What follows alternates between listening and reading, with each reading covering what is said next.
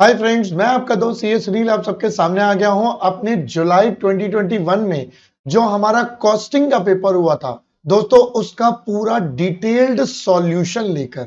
जी हां दोस्तों, this video is not all about analysis only. यहां पर हम आपके साथ एनालिसिस के साथ साथ सारे क्वेश्चंस को डिटेल में सॉल्व भी करेंगे।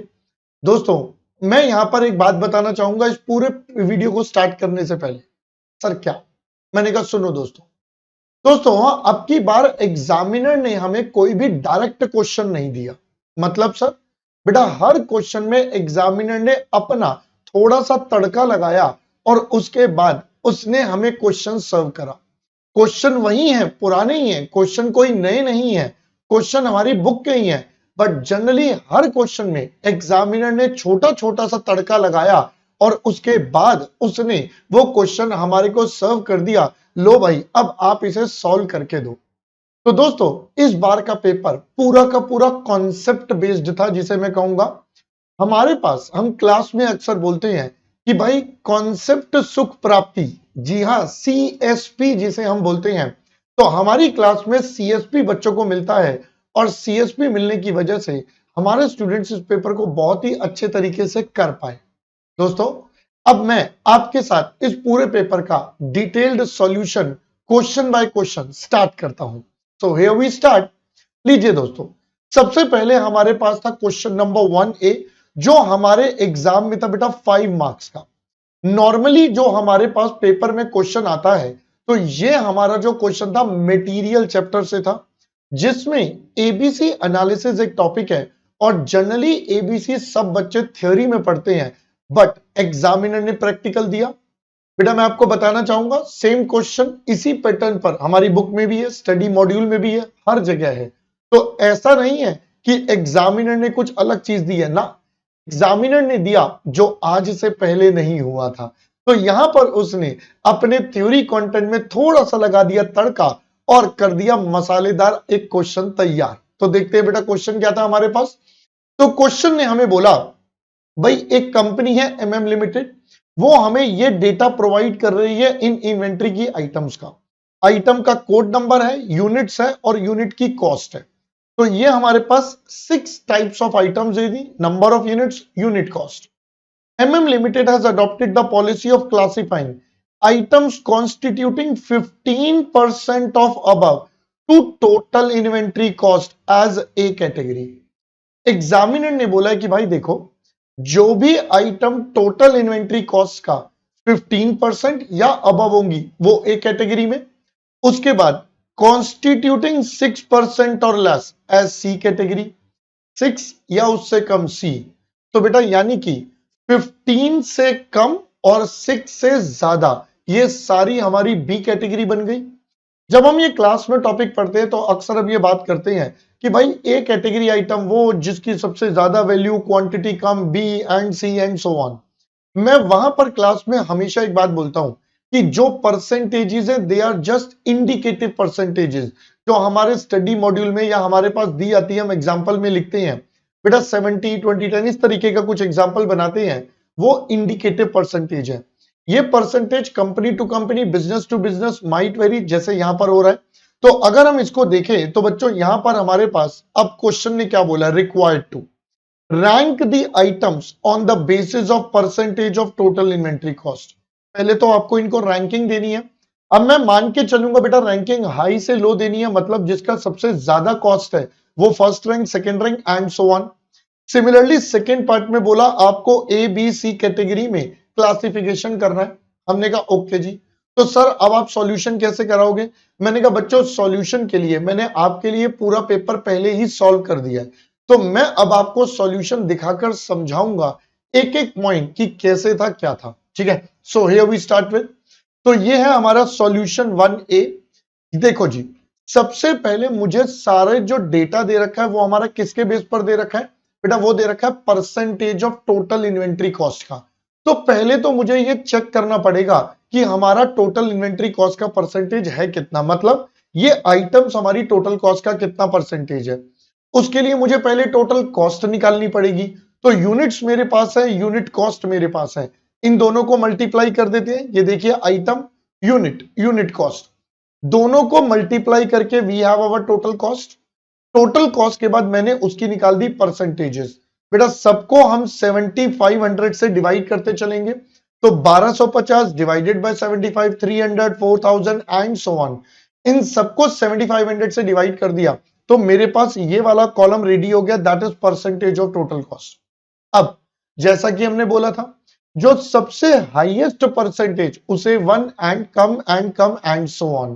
तो बेटा ये देखिए 53.33 इसको हमने रैंक 1 दे दी, इसके बाद 16.67 इज रैंक 2, इसके बाद अगर हम अगले पर बढ़े तो 12% इज रैंक 3, देन 8% आता है, देन हमारे पास 6% आता है एंड देन 4% आता है। तो ये हमारे पास क्लासिफिकेशन हो गया।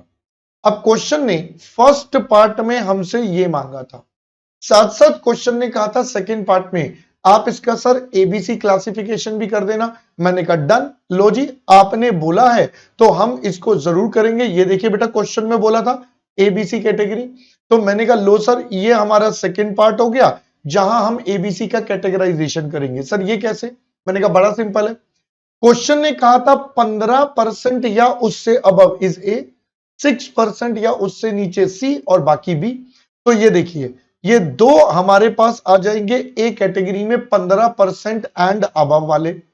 और अगर हम बात करें तो बेटा देखो उसके बाद 6 या उससे कम है सी कैटेगरी, तो ये हमारा 6 हो गया, ये हमारा 6 हो गया। जो बाकी बच गए बेटा वो दोनों कौन से बच जाएंगे? वो हमारे बच गए बी कैटेगरी।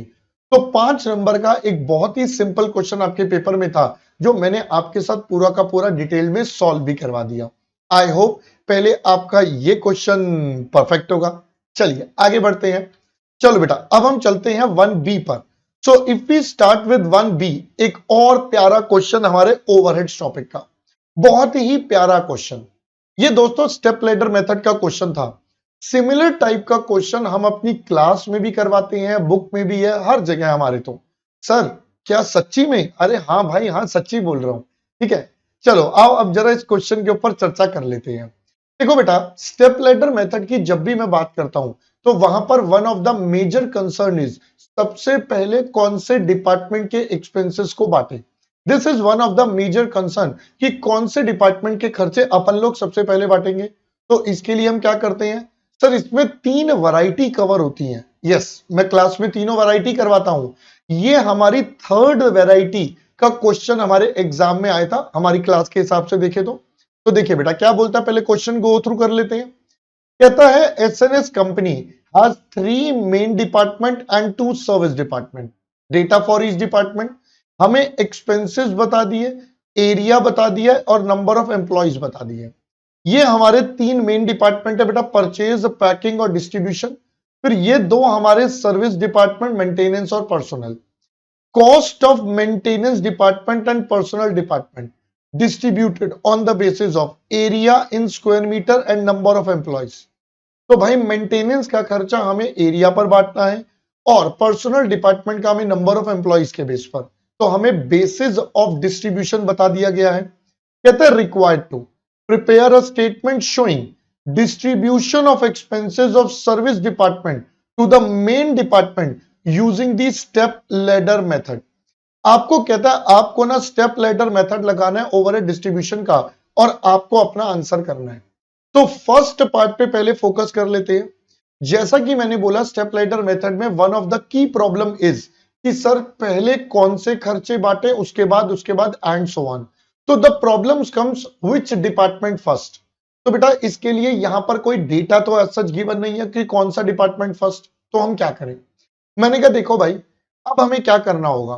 तो बेटा फर्स्ट डिसीजन के लिए हमें देखना पड़ेगा कि भाई परसेंटेज ऑफ सर्विस रेंडर्ड, भाई हर डिपार्टमेंट ने कितना कितना परसेंटेज ऑफ सर्विस रेंडर करा है, उसके हिसाब से हमें अपनी कॉस्ट को बांटना पड़ेगा। जो डिपार्टमेंट दूसरे सर्विस डिपार्टमेंट को ज्यादा सर्विस देगा उसको पहले और दूसरे वाले को बाद में।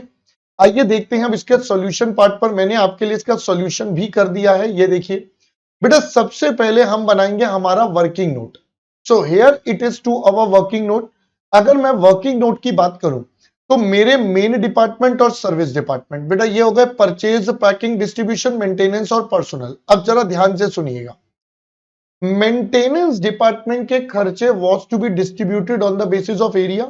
तो पहले देखते हैं मेंटेनेंस डिपार्टमेंट बाकी सारे डिपार्टमेंट्स को कितना कितना सर्विस देता है। तो मेंटेनेंस डिपार्टमेंट के खर्चे हैं एरिया बेसिस। तो बच्चों इधर देखिएगा, एरिया ये वाला भी आएगा, ये वाला भी आएगा, ये वाला भी आएगा। बट बताओ, क्या मेंटेनेंस खुद के खर्चे खुद से लेगा? तो आंसर इज नो। मैंने एग्जांपल भी दिया था, बेटा कैंटीन वाला डिपार्टमेंट या पेंट्री वाला डिपार्टमेंट खुद भी चाय पिएगा, वो खुद के खर्चे खुद से थोड़ी लेगा, उसकी कॉस्ट भी बाकी डिपार्टमेंट बियर करेंगे। तो हम ये 4 नहीं लेंगे, हम 6 लेंगे। तो 12, 15, 7, 6, ये बेटा हमने ले लिया 12, 15, 7 और 6। अब इनका टोटल कर लेते हैं। तो टोटल करेंगे तो ये रहा मेरा कैलकुलेटर। हाँ जी, तो बेटा ये मेरे पास है, आजा भाई मेरे कैलकुलेटर। हाँ, 12, 15, 7 और 6। तो बच्चों इसका टोटल आ जाता है मेरे पास 40। अब ये टोटल आ गया। अब इस टोटल के बेस पर हम अपनी परसेंटेजेस निकाल लेंगे। So this is 30, 37.5, 17.5 and 15।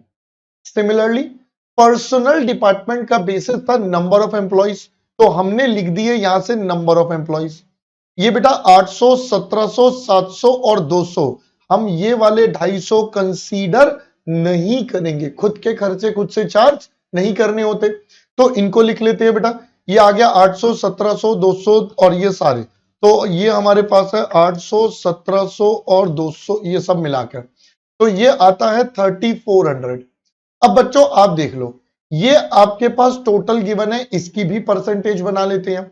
So we got this percentage 23, 50, 20.59, 5.88। अब यहां से एनालिसिस आइए देखते हैं। सबसे पहला पॉइंट आता है, आप बताएंगे हमारा मेंटेनेंस डिपार्टमेंट पर्सनल डिपार्टमेंट को कितनी सर्विस दे रहा है? सर मेंटेनेंस वाला पर्सनल को 15% सर्विस दे रहा है, जबकि पर्सनल वाला मेंटेनेंस को 5.88 दे रहा है। Who is providing higher percent service? Sir maintenance department ज्यादा परसेंट ऑफ सर्विस दे रहा है। तो बेटा जब मेंटेनेंस ज्यादा दे रहा है तो हम सबसे पहले मेंटेनेंस डिपार्टमेंट के खर्चे बांटेंगे। यही मैंने आपके लिए यहां पर लिख भी दिया है। तो अपन सबसे पहले बांटेंगे बेटा मेंटेनेंस डिपार्टमेंट के खर्चे। और अगर हम मेंटेनेंस डिपार्टमेंट के खर्चे बांटे तो देखिए ये हमारे पास एक्सपेंसेस क्वेश्चन में गिवन थे, सीधा सीधा एलोकेशन देख लीजिए, 5, 8, 3.5, 6, 40, 3, 20। तो 5, 8, 3.5 हो गया, 5, 8, 3.5, 6, 40, 3, 20, ये हमारे पास सारे आ गए। इसके बाद पहले मेंटेनेंस के खर्चे, तो बेटा मेंटेनेंस का टोटल है 6,40,000, ये हमने बांट दिया। अब ये बांटेंगे कैसे बेटा? 12, 15, 7 और 6 की रेशो में।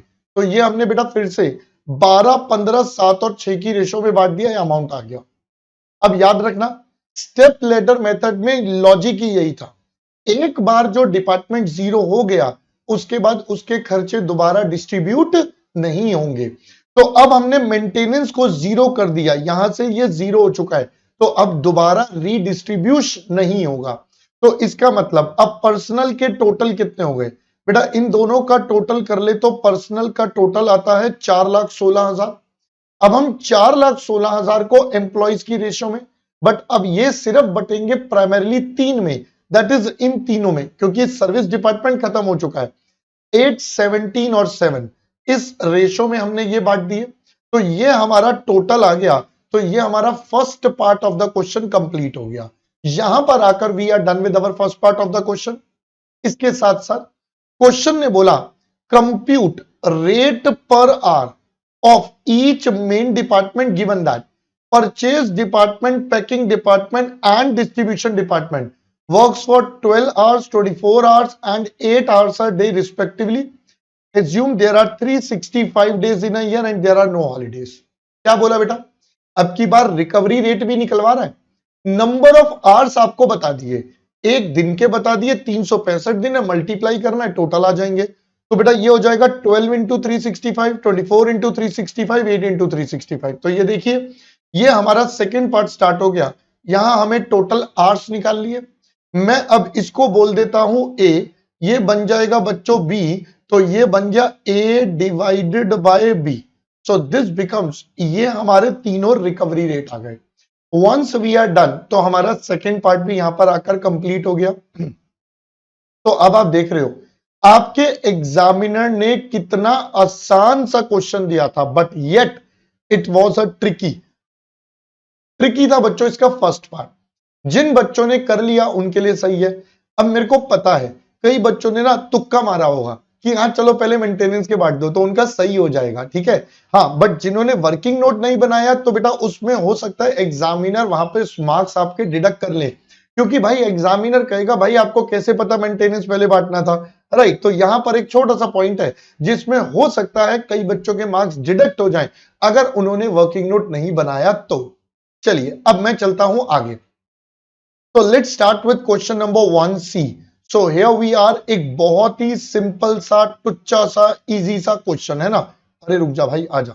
हाँ चलो, ये हमारे पास बेटा 1C बहुत सिंपल सा बैच कॉस्टिंग का एक बहुत ही एवरेज क्वेश्चन, बट इसमें भी एग्जामिनर एक पॉइंट पर खेल गया।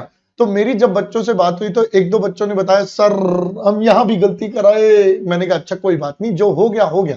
अब भाई देखो जो बीत चुका उसे आप बदल तो सकते नहीं हो, आप तो आने वाले कल पर फोकस कर सकते हो, है ना। तो देखिए बेटा 1C हमसे क्या कहता है, ox limited has an annual demand from a single customer for 60,000 कोविड-19 vaccine. Customers prefer to order in the lot of 15,000 vaccine per order. कह रहा है एक बार में कस्टमर 15,000 देगा। Production cost of vaccine is 5,000 per vaccine. बेटा अब ये प्रोडक्शन कॉस्ट का क्या करना था सर, इसका कुछ भी नहीं करना था। There was nothing to be done. हाँ, इसका इस्तेमाल होता अगर हमारी कैरिंग कॉस्ट परसेंटेज में होती। एक तरह से अगर ईओक्यू के पॉइंट ऑफ व्यू से सोचो तो बेटा ये मेरा purchase price of raw material है, तो इसका तो हमें ईओक्यू निकालने में इस्तेमाल ही नहीं होता। कोई बात नहीं। सेटअप कॉस्ट आपको बता दी है 4800। उसके बाद बताया ये पर प्रोडक्शन रन वाली है, कैरिंग कॉस्ट 12 रुपए पर वैक्सीन पर मंथ। दोस्तों ये 12 रुपए पर वैक्सीन पर मंथ है, मुझे तो कैसे चाहिए होती है पर एनम। तो ये 12 इंटू 12 ये बन जाएगा 144 पर एनम। ये एक पॉइंट था। मैं हमेशा से बोलता हूं ये जो हमारे सीसीजी होते हैं यानी कि कैरिंग कॉस्ट जी, ये भाई बड़े ही चतुर और चालाक होते हैं, तो इनसे हमेशा बच के रहिए। इनको पूरी इज्जत मांगता है, ये हमसे फुल इज्जत मांगता है ना। अपन पढ़ते हैं तब भी ऐसी बात करते हैं, तो भाई ये पूरी इज्जत मांगता है तो इसको इज्जत चाहिए ही चाहिए। तो बेटा ये आएगा 144। अब क्वेश्चन ने बोला required to find out most economical production run. कह रहे भाई साहब आप ना मोस्ट इकोनॉमिकल प्रोडक्शन रन निकाल दो, मतलब इकोनॉमिक बैच क्वांटिटी निकालने की बात कर रहा है। कह रहे भाई साहब आप ना ईबीक्यू निकाल दो। मैंने कहा ओके जी, आप जैसा बोल रहे हो अपन वैसा ही कर देंगे। मैंने कहा चलो जी। देखो अब हम चलते हैं बच्चे इसके सेकंड पार्ट पर, 1 के C वाले पार्ट पर। ये देखो सबसे पहले एनुअल डिमांड आ गया बेटा 60,000 वैक्सीन का, फिर सेटअप कॉस्ट 4800, कैरिंग कॉस्ट 144 हमने अभी देख ही लिया। इकोनॉमिक बैच क्वांटिटी की बात करें तो बेटा ये हमारे पास कैलकुलेशन हो गई, ये 2000 वैक्सीन हमारे पास आ गया। मतलब अगर हमारी कंपनी 2000 एक बार में बनाएगी तो उसकी कॉस्ट सबसे इफेक्टिव मैनर में कैलकुलेट हो जाएगी। सर सेकंड पार्ट में calculate extra cost that company incurs due to production of 15,000 vaccine. भाई 15,000 वैक्सीन आपको बनानी है तो उसके लिए क्या होगा, एक बार में 15,000 बनाए तो यहां पर we have to find out how much is the extra cost burden. तो ये कैसे निकलेगा, मैंने कहा चलिए। तो सर यहां पर एक बार बैच साइज ले लो बेस्ट वाला जो हमने कैलकुलेट करा, एक बार सप्लायर वाला या कस्टमर के हिसाब से। तो बच्चों यहां पर दो कॉस्ट, सेटअप कॉस्ट और कैरिंग कॉस्ट। मैं इसको थोड़ा स्लाइड को अप कर देता हूं, लीजिए। एक सेटअप कॉस्ट कैरिंग कॉस्ट और एक हमारे पास टोटल कॉस्ट। सेटअप कॉस्ट की बात करें तो बेटा पूरे साल में 60,000, एक बार में 2,000, 4800 एक बार की कॉस्ट टोटल आ गया। Carrying cost on an average ये हमारे पास कैरिंग कॉस्ट ये टोटल आ गया। दोस्तों हमें पता है इकोनॉमिक बैच क्वांटिटी या ईओक्यू जो मर्जी आप बोल दीजिए, वहां पर ओसी और सीसी बराबर होते हैं तो बराबर है। इसके अलावा 15,000 वैक्सीन है तो 15,000 वैक्सीन में बेटा ये ऑर्डरिंग कॉस्ट ये कैरिंग कॉस्ट यहां पर टोटल। ऑब्वियसली यहां पर कैरिंग कॉस्ट हमारी काफी हाई है तो भाई यहां पर बहुत ज्यादा नुकसान हो रहा है। तो अब हम इन दोनों का डिफरेंस निकाल देंगे तो we will have extra cost जो इस प्रोडक्शन के चेंज की वजह से आएगी।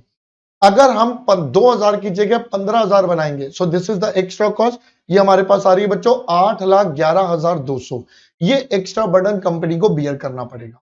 All right sir, let's move on. चलिए, ये क्वेश्चन भी बहुत इजी था। आगे बढ़ते बेटा 1D। अच्छा, एक बात मैं आपको पहले से क्लियर कर देता हूं। मैं ना बार बार एक बात बोल रहा हूं यार, ये क्वेश्चन भी आसान था, ये भी आसान था। कोई बच्चे ना मन में बड़े गुस्से में बैठे होंगे, यार सर तो यही बोलते रहते हैं, ये हर टीचर ये बोलता है ये क्वेश्चन आसान था, ये क्वेश्चन आसान था। तो बच्चों, मैं आपको यहां पर एक बात बताना चाहूंगा। देखो, मैं ना एक बात जानता हूं, एक बात मैं अच्छे से जानता हूं। क्या सर? पेपर वो मुश्किल होता है, क्वेश्चन वो मुश्किल होता है जो मुझे करना पड़ता है पेपर में। जब मैंने पेपर दिए थे तो मैं हमेशा बोलूंगा मेरा वाला पेपर बड़ा मुश्किल था। क्यों? क्योंकि वो मैंने दिया था। मेरे टाइम पर जो जितने भी लोग थे वो कहते थे यार ये आसान है। क्यों भाई? उन्होंने वो पेपर नहीं दिया ना। सिमिलरली आज मैं बोलता हूं कि यार ये क्वेश्चन तो बड़ा आसान था। भाई सर, जब पेपर में जाओगे ना तैयारी करके, तब पता चलेगा 3 घंटे में कैसे बैंड बजता है।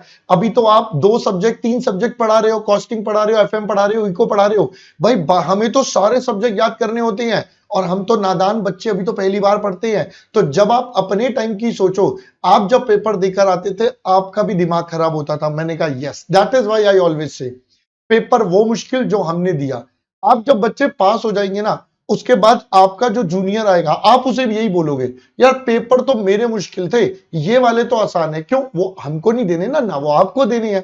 पहले मेरी बात समझ आई? तो बेटा मैं एग्री करता हूं, जो बच्चा जिस अटेम्प्ट में जो भी पेपर देता है भाई वो उसके लिए मुश्किल है, वही उसके लिए मेन है जिसमें उसने पास करना है। बात समझ आई है ना? तो अगर मैं बोल रहा हूं तो ओफेंड मत होना, ठीक है? वो ना आदत बन चुकी है सबकी, तो आदत, ठीक है। चलो अब हम बढ़ते हैं आगे हमारे 1D पर। So here we start with our 1D marginal costing का एक बहुत ही प्यारा क्वेश्चन। बेटा यहां पर क्या क्या बोला गया पहले पढ़ के फिर मैं बताता हूं मैंने ये क्वेश्चन कहां कहां करवाया बच्चों को। क्वेश्चन ने बोला LR limited is considering 2 alternative methods to manufacture product it intends to market.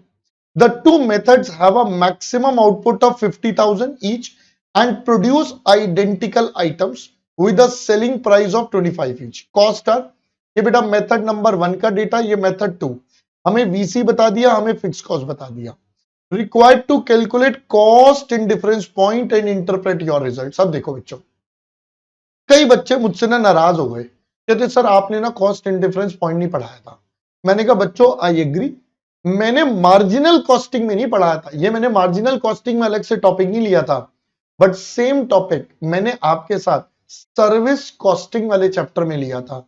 वहां पर एक क्वेश्चन था हमारी बुक में, old Innova car new nano car. उस क्वेश्चन में हमने इंडिफरेंस पॉइंट का कॉन्सेप्ट करा था, वहां पर हमने अपना रिजल्ट भी इंटरप्रेट करा था। ये सारी की सारी बातें हमने आपके साथ करी थी उस क्वेश्चन में। तो ऐसा नहीं है ये टॉपिक नहीं पढ़ाया था बट हमने इसको दूसरे चैप्टर में कंसीडर करा था। सिमिलरली अगर हम बात करें ब्रेक इवन पॉइंट, तो ये वाला पॉइंट तो बहुत ही सिंपल था। चलिए अब मैं बताता हूं कॉस्ट इन डिफरेंस पॉइंट। देखो मैंने अपनी क्लास में आपको लॉजिक से पढ़ाया था कि कॉस्ट इन डिफरेंस पॉइंट का मतलब क्या होता है। तो मैंने समझाया था ये वो लेवल है जहां पर दो ऑप्शंस की टोटल कॉस्ट आपस में सेम हो जाए, राइट? तो बच्चों ये देखिए, हमने भी अपने आंसर में, मैंने तो अपने सॉल्यूशन में बेटा इसी तरीके से आपको करवाया है जो मैंने आपको क्लास में करवाया था। तो भाई मैंने तो सिंपल सिंपल सा रखा कि भाई हम मान लेते हैं कॉस्ट इन डिफरेंस यूनिट जो है वो वाई है, कि वाई वाले लेवल पर दो और कॉस्ट आपस में क्या हो जाएंगी बेटा, इक्वेट करेंगी। हमने कहा total cost of method 1 should be made equal to total cost of 2। Fixed cost plus variable cost, fixed plus variable. आपने जब सॉल्व करा तो बेटा ये आ गया y इज इक्वल टू 40,000। अब कई बच्चों ने इसका फॉर्मूला पढ़ा होता है, क्योंकि जो बच्चे फॉर्मूले वाली रटते रटते चलते हैं तो बेटा उन्होंने फॉर्मूला पढ़ा होता है, मैं फॉर्मूले करवाता नहीं हूं। तो बेटा उन बच्चों ने ऐसा पढ़ा होता है, वो भी बच्चे सही है अगर उन्होंने करा है difference in fixed cost divided by difference in variable cost. अगर आपने इस तरीके से पढ़ा है तो भी ठीक है, ये VC पर यूनिट होता है बच्चों हमेशा नीचे। अगर आपने ये फॉर्मूला लगा के पढ़ा तो भी ठीक है बेटा, अल्टीमेटली ये फॉर्मूला ही लगता है, बट इसके पीछे का लॉजिक यही है कि वो फॉर्मूला बना कैसे, this is how the formula is being created. Okay sir, अब इसका मतलब क्या है सर? इसका मतलब इस लेवल पर तो 40,000 पर दोनों मेथड्स की कॉस्ट आपस में क्या होगी, इक्वल। अब यहां पर आता था अगर आप 40,000 से ज्यादा यूनिट्स बनाओगे तो बेटा फायदा वहां होता है जहां पर वीसी पर यूनिट लो होता है। तो अगर हम बात करें यहां पर फायदा, तो बेटा वीसी पर यूनिट हमारा लो है मेथड 2 में। तो हम यहां पर सजेस्ट करेंगे कि अगर 40,000 से ज्यादा यूनिट है तो आप मेथड 2 को ऑप्ट करो, बट अगर 40,000 से कम यूनिट है then we switch to the option where fixed cost is low. तो बेटा ये फिक्स्ड कॉस्ट लो है 1 लाख की, तो हम इस ऑप्शन पर जाना चाहेंगे, यही हमें लिखना था। अगर हमारी क्वांटिटी प्रोड्यूस्ड मोर देन 40,000 है then go for option where VC per unit is low, that is method 2। whereas if quantity produces less than 40,000, option with lowest fixed cost, that is method 1, will produce you greater benefits. So this was the first part of the question. Second part बेटा बहुत आसान था, break even point निकालना था। तो ये method 1 method 2, break even निकलता है बेटा FC upon contribution per unit, आपको यूनिट्स में निकालना था। तो contribution selling price minus VC, selling price minus VC, ये हमारे पास बेटा फिक्स कॉस्ट है, डिवाइड कर दिया, हमारे पास क्या निकल कर आ गया, हमारा ब्रेक इवन पॉइंट। तो ये वाला क्वेश्चन भी एक एवरेज था। मैंने जैसा पहले ही बोल दिया था, हर क्वेश्चन में कुछ ना कुछ ट्रिकी पॉइंट, कुछ ना कुछ तड़का जरूर लगा के दिया एग्जामिनर ने, राइट। चलो लेट्स मूव ऑन। तो यहां पर आकर हमारे पेपर का क्वेश्चन नंबर 1 जो हमारे 20 मार्क्स का था वो बेटा हमने कंप्लीट कर लिया आपके साथ। चलिए अब हम बढ़ते हैं बेटा कहां पर, we will move on to our next question. एक और भाई साहब मजेदार गजब, लो जी हमारे पास है गजब का क्वेश्चन आया, क्वेश्चन नंबर 2A। ये है बच्चों हमारी कॉस्ट शीट का क्वेश्चन, अगर आपको पता हो तो बहुत प्यारा। अब मैं आपको बताता हूं बेटा ये क्वेश्चन क्या हमारी बुक में था, मैंने कहा यस, ध्यान से सुनना।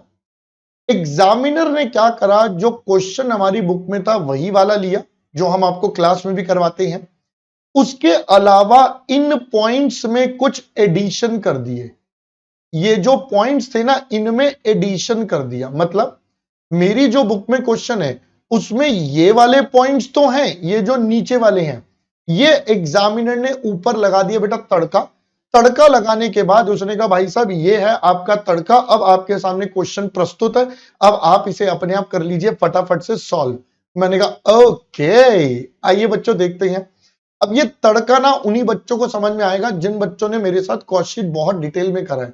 आपको पता है मैं कॉस्ट शीट का बेसिक पढ़ाने में लगभग 6-7 घंटे लगा देता हूं, है ना। 6 से 7 घंटे अपन को बेसिक में पढ़ते थे कि भाई क्लासिफिकेशन कैसे होता है, कौन सी आइटम कहां जाती है। और इस बार जो मैंने मैराथन लिया था उसमें भी मैंने बोला था कि इस टाइप का क्वेश्चन आने के बहुत ज्यादा चांसेस हैं, और आपके सामने है कि वो क्वेश्चन आ भी गया। चलिए देखते हैं। सबसे पहले opening stock of raw material दे दिया, तो बेटा ये तो मेरा ओपनिंग आरएम बन गया। देन उसके बाद हमें वर्क इन प्रोग्रेस दे दिया, तो ये मेरा ओपनिंग WIP बन गया। परचेज ऑफ रॉ मटेरियल बेटा डायरेक्ट मटेरियल का पार्ट हो जाएगा। कैरेज इनवर्ड डायरेक्ट मटेरियल का पार्ट हो जाएगा। डायरेक्ट वेजेस है। कॉस्ट ऑफ स्पेशल ड्राइंग बच्चों ये होता है डायरेक्ट एक्सपेंसेस, मैंने आपको बताया भी था, मैराथन में भी स्पेशली बताया था। Higher charges paid for plant. अब देखो यहां पर ना मैं तो ये सजेस्ट करूंगा कि ये डायरेक्ट एक्सपेंस में आना चाहिए, बट कई बच्चों ने बोला सर यहां ना स्पेसिफिक प्लांट नहीं लिखा था, तो इसलिए उन्होंने फैक्ट्री ओवरहेड्स में डाल दिया। तो भाई देखो दोनों ही ऑप्शन वैलिड है, क्योंकि एज आई सेड यहां स्पेसिफाइड प्लांट नहीं लिखा, जो आपके स्टडी मॉड्यूल में गिवन है वहां गिवन है hire charges paid for specified plant, तो वहां पर तो अपन श्योर डायरेक्ट लेंगे। बट अगर आपने फैक्ट्री में डाला है it's fine, there is a possibility you can do it, but मैं सजेस्ट करूंगा फिर भी कि ये डायरेक्ट एक्सपेंस होता तो और ज्यादा बेटर होता। This is my suggestion. Return of raw material बेटा इसको हम डायरेक्ट मटेरियल में से डिडक्ट कर देंगे। सर नया पॉइंट डाल दिया, कैरेज ऑन रिटर्न, मतलब अब की बार जब हमने माल वापस भेजा सप्लायर को तो भाई उसके बदले ट्रांसपोर्ट चार्जेस लग गए। अब ये क्या करें, देखो भाई carriage on return is a cost of company, सबसे पहले तो ये समझना है बेटा ये मेरी कॉस्ट है, ये मेरा कोई बेनिफिट नहीं है। This is ultimately a cost. मैंने माल वापस भेजा, उसके बदले मुझे और खर्चा करना पड़ गया। अब ये जो कैरेज रिटर्न है, पहली बात हमारी कॉस्ट है, बट जैसा कि मैं हमेशा बोलता हूं, ये सब मटेरियल से रिलेटेड है, तो बेटा इसको हम मटेरियल में ही एडजस्ट करेंगे।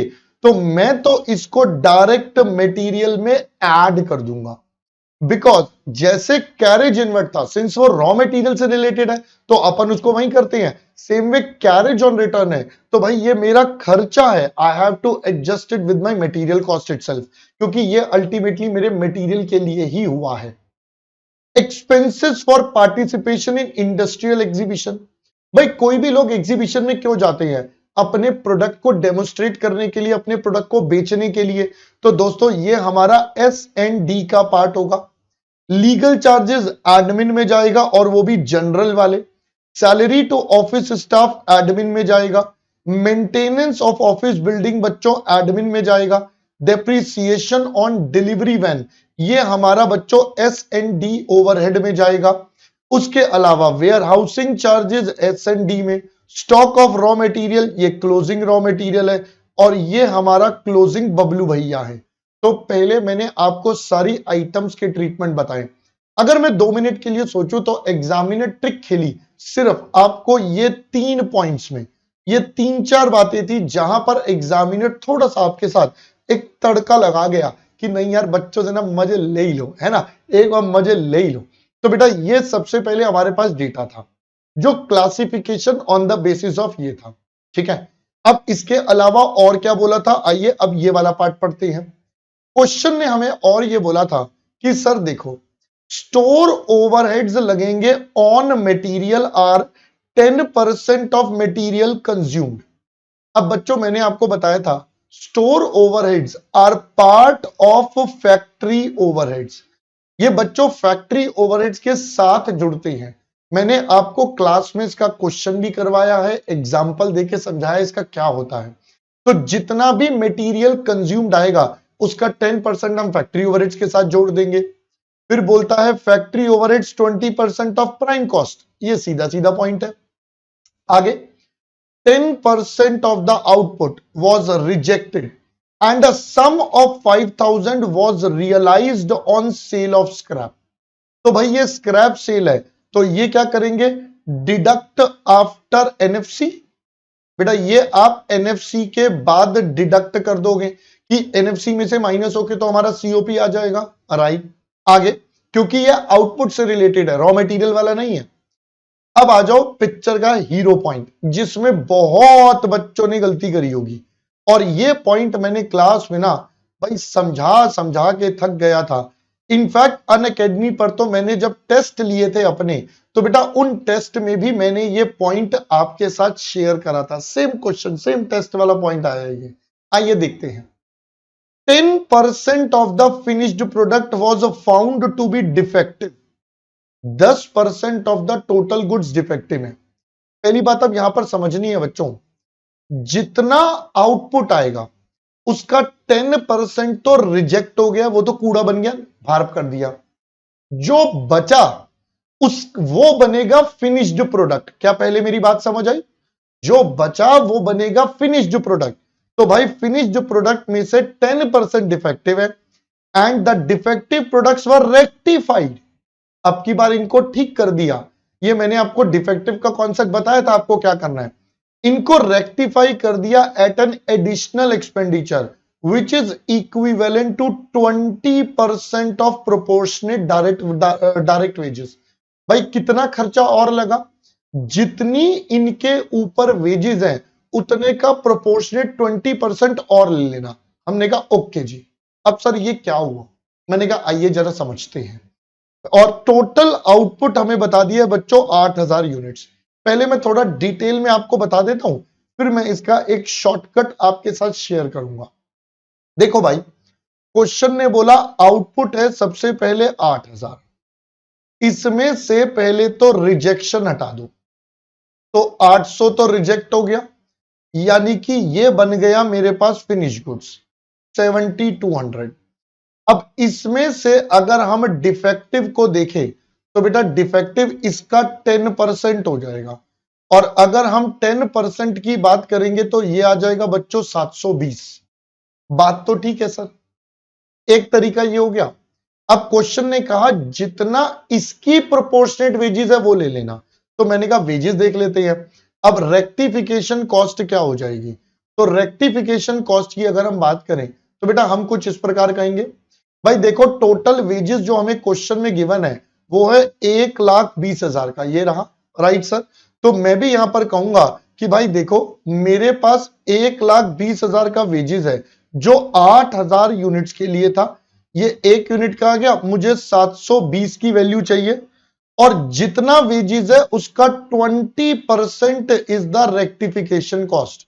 ये मेरे पास प्रोपोर्शनेट डायरेक्ट वेजेस हो गए, ये मेरी रेक्टिफिकेशन कॉस्ट की परसेंटेज हो गई। तो ये मेरे पास आ जाएगा कितना, 1,20,000 divided by 8,000 multiply 720 multiply 20% is 2160।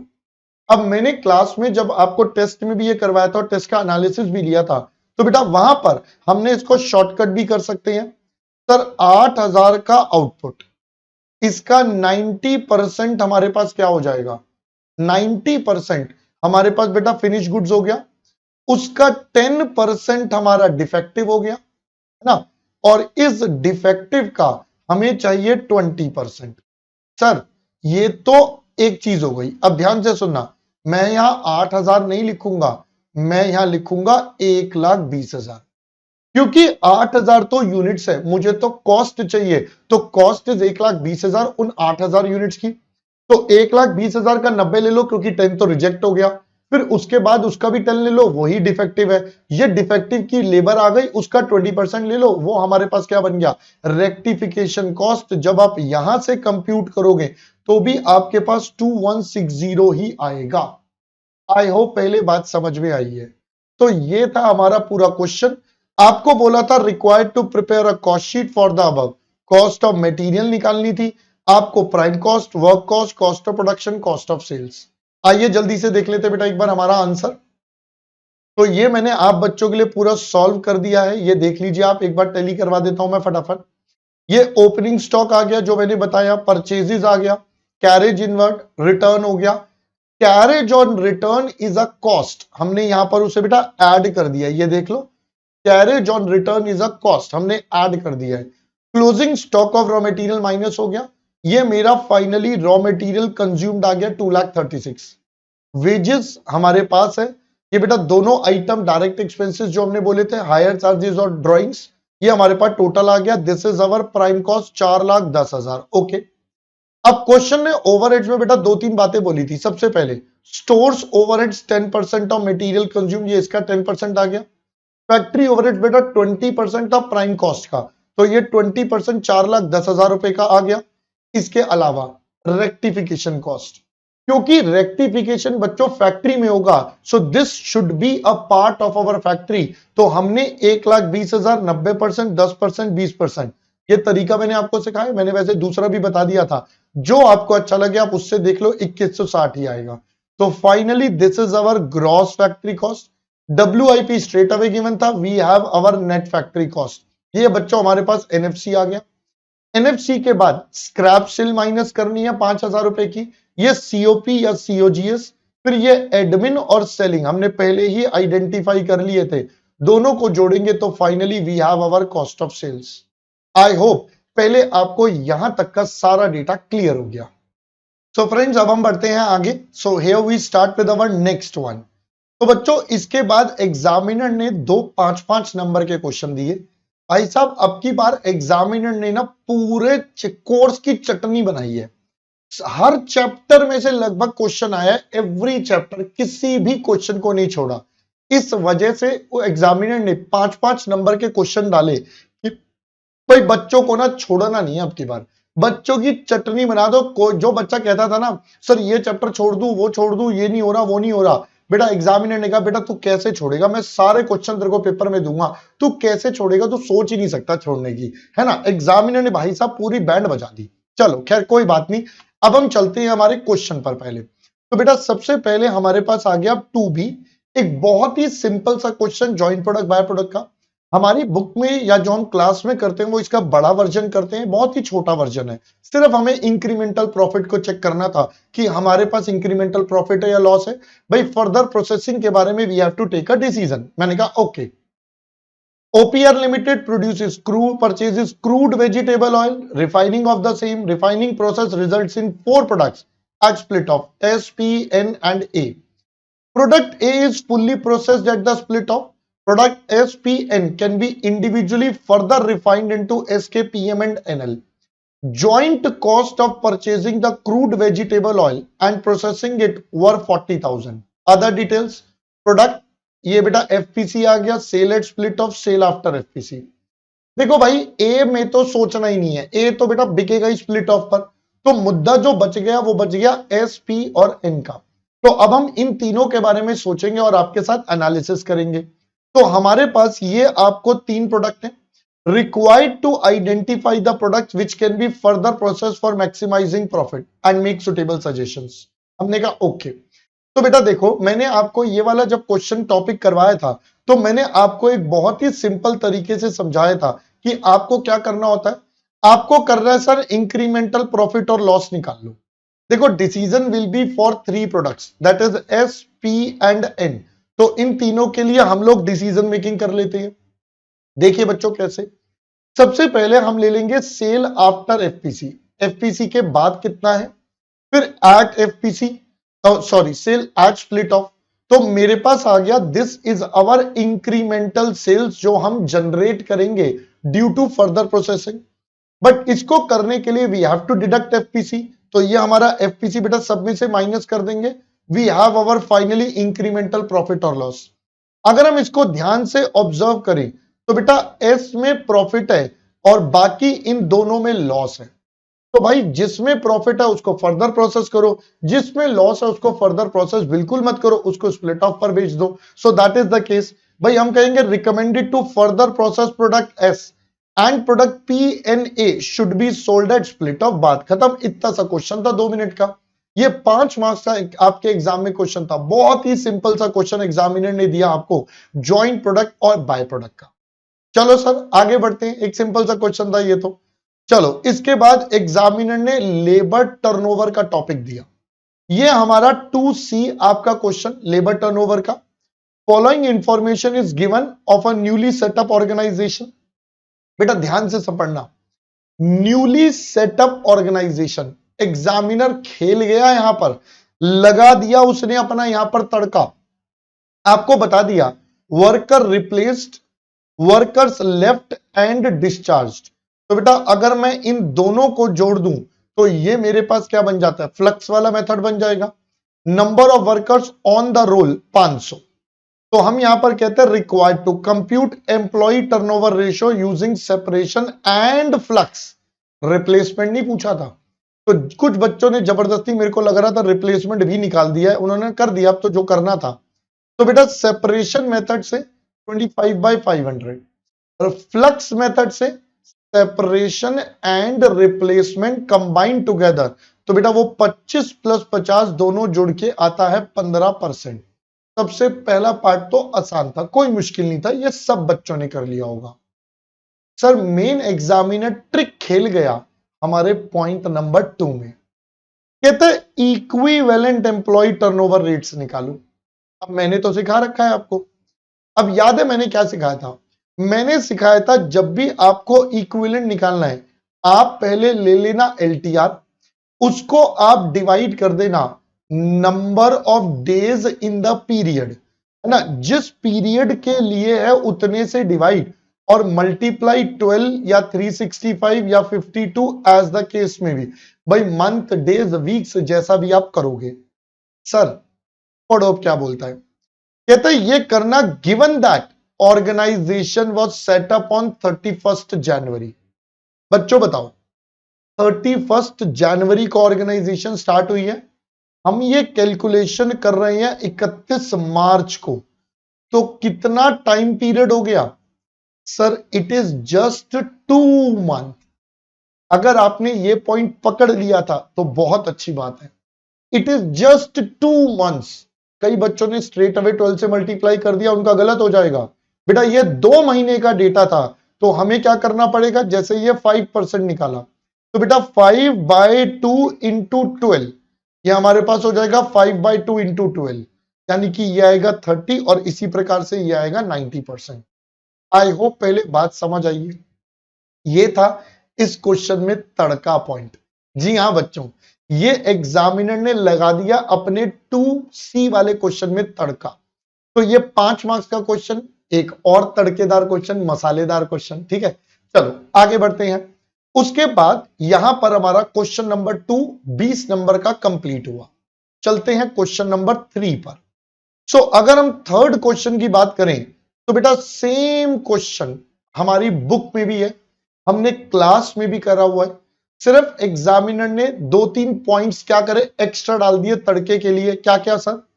एक तो उसने ये डिविडेंड रिसीव्ड बेटा एक्स्ट्रा डाल दिया, एक उसने loss on sale of investment extra डाल दिया, और एक ये वाला point notional rent of own premises, बेटा ये पॉइंट एग्जामिनर ने एक्स्ट्रा डाल दिया। इसके अलावा बाकी पूरा क्वेश्चन एज इट इज हमारी बुक का ही था और हमारी क्लास में जो हमने करा था। ये 3 पॉइंट बहुत ही सिंपल थे, कोई ऐसा नहीं था बहुत टेक्निकल बातें थी जो आप हैंडल ना कर सको ना, बिल्कुल सिंपल सी बातें थी। आइए जरा देखते हैं। रिकंसिलिएशन का क्वेश्चन था। कहते हैं P&L अकाउंट आपको दे दिया है, ये हमें सुंदर सा P&L बना दिया, हमें सेल की यूनिट्स बता दिए हैं और ये सारा डेटा बता दिया, प्रॉफिट भी बता दिया, it is 57,000। Factory overheads 50% fixed and 50% variable.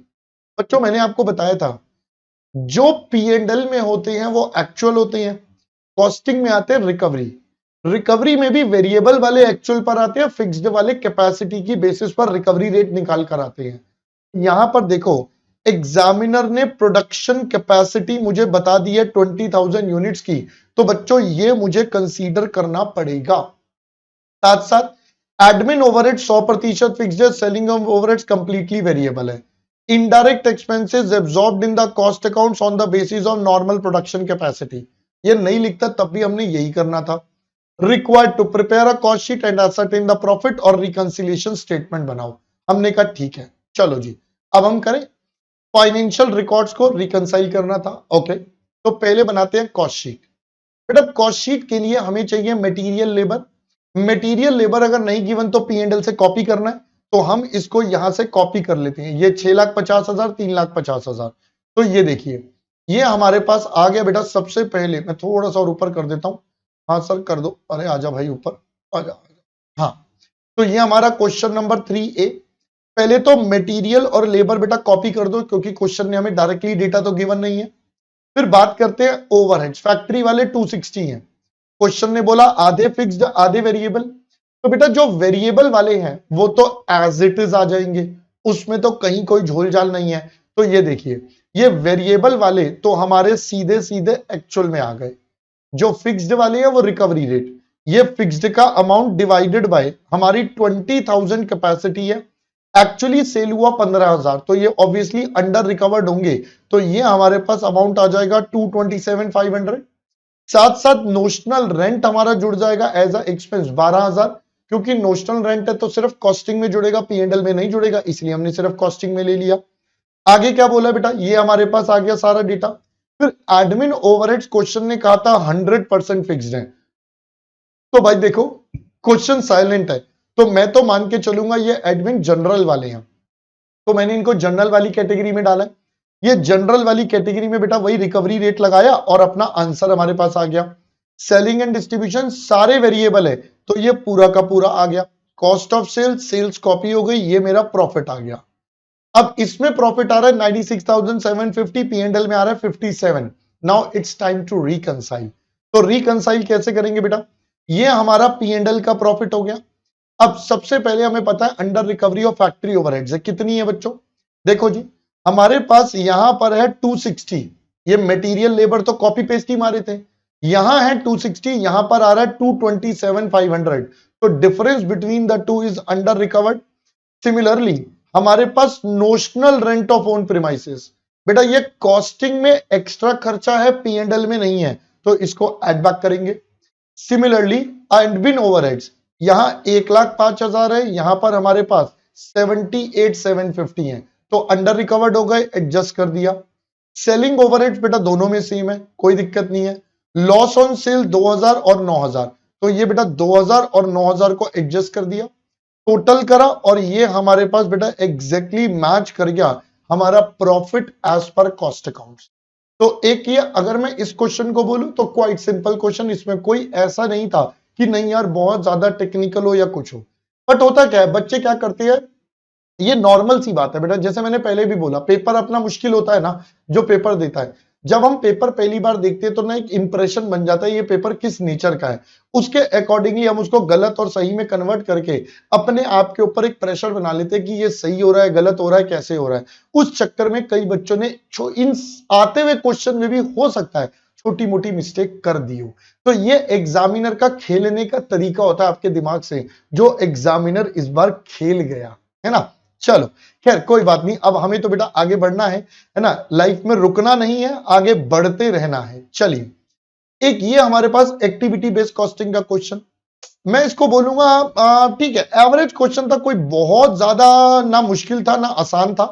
हाँ, एक छोटा सा पॉइंट एग्जामिनर ने जो डाला, अब मेरे को नहीं पता आप बच्चों ने उसे कैसे इंटरप्रेट करा, क्योंकि वही था मेन पॉइंट, दैट इज हमारा third part of the question, और इसमें भी एक आइटम थी बस मेन, बाकी तो सब एवं ही था। चलो देखते हैं, पहले क्वेश्चन पढ़ लेते हैं।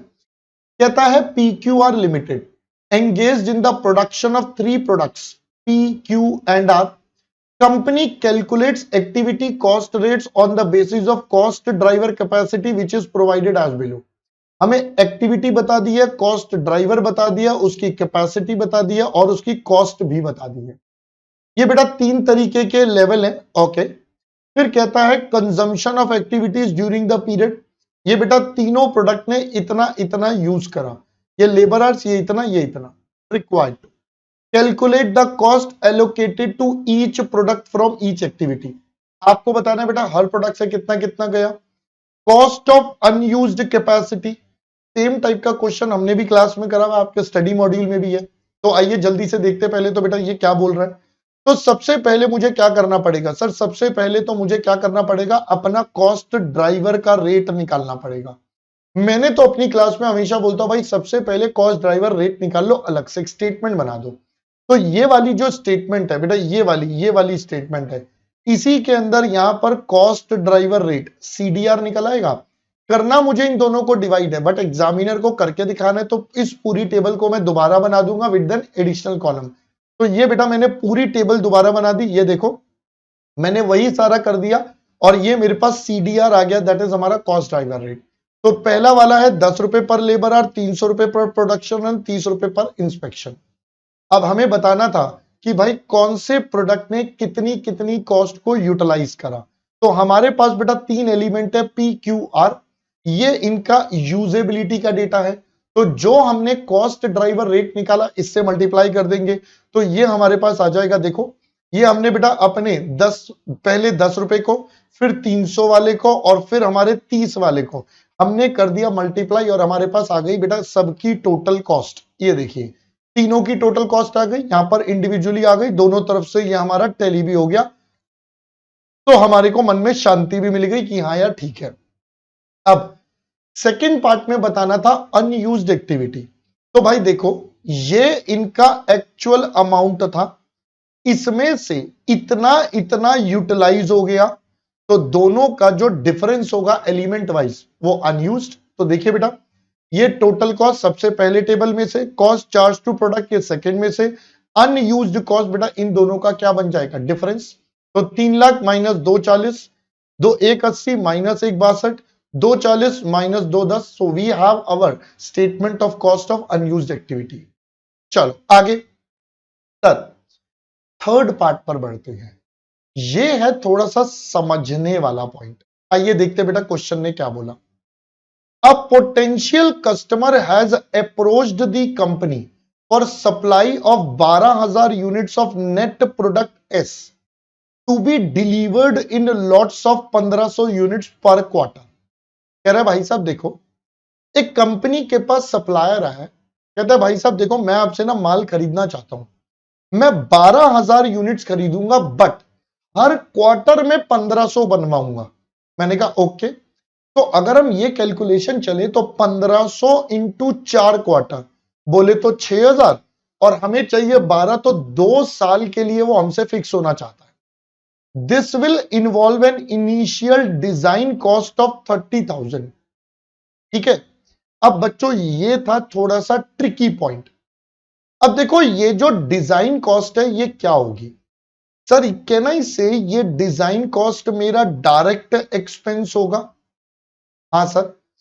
अब ये देखो डायरेक्ट एक्सपेंस है, तो मैं तो ये मान के चलता हूं कि ये जो डायरेक्ट एक्सपेंस है बेटा हमारा पर यूनिट वाइज चलेगा।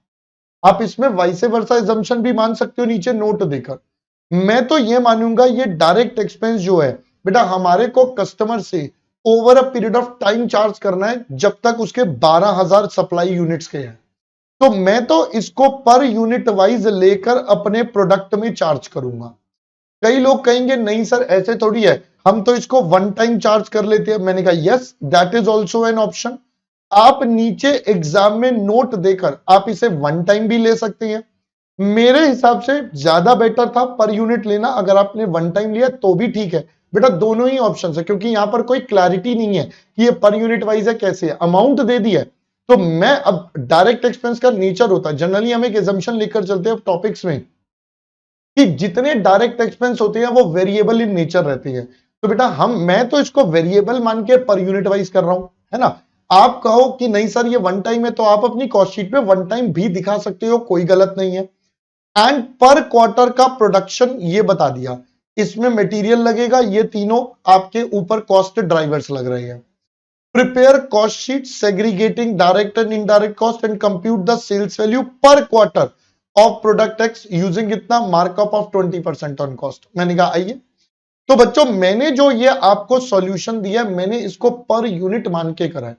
आपको चेंज करना है तो आपके केस में क्या होगा, आप इसको कुछ इस तरीके से करोगे। आप कहोगे सर ये 18 रहेगा, फिर ये आपका उस केस में 30 आ जाएगा, ये आपका बेटा 48 आ जाएगा, ये आपका 15 ही रहेगा, ये 4500 रहेगा, ये 7500 रहेगा।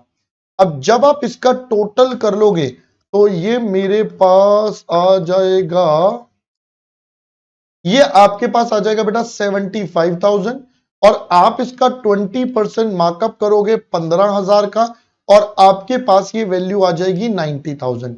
तो जो बच्चे टोटल अमाउंट के बेस पर कर रहे हैं बेटा वो इस तरीके से भी कर सकती हैं। मैंने पर यूनिट वाइज करा, तो मैंने मटेरियल तो सेम ले लिया, बट मटेरियल के बाद लेबर में क्या, डायरेक्ट एक्सपेंस बेटा हमने कहा 30,000 12,000 यूनिट्स का, एक क्वार्टर में 1500 बननी है, मैं तो 1500 लूंगा।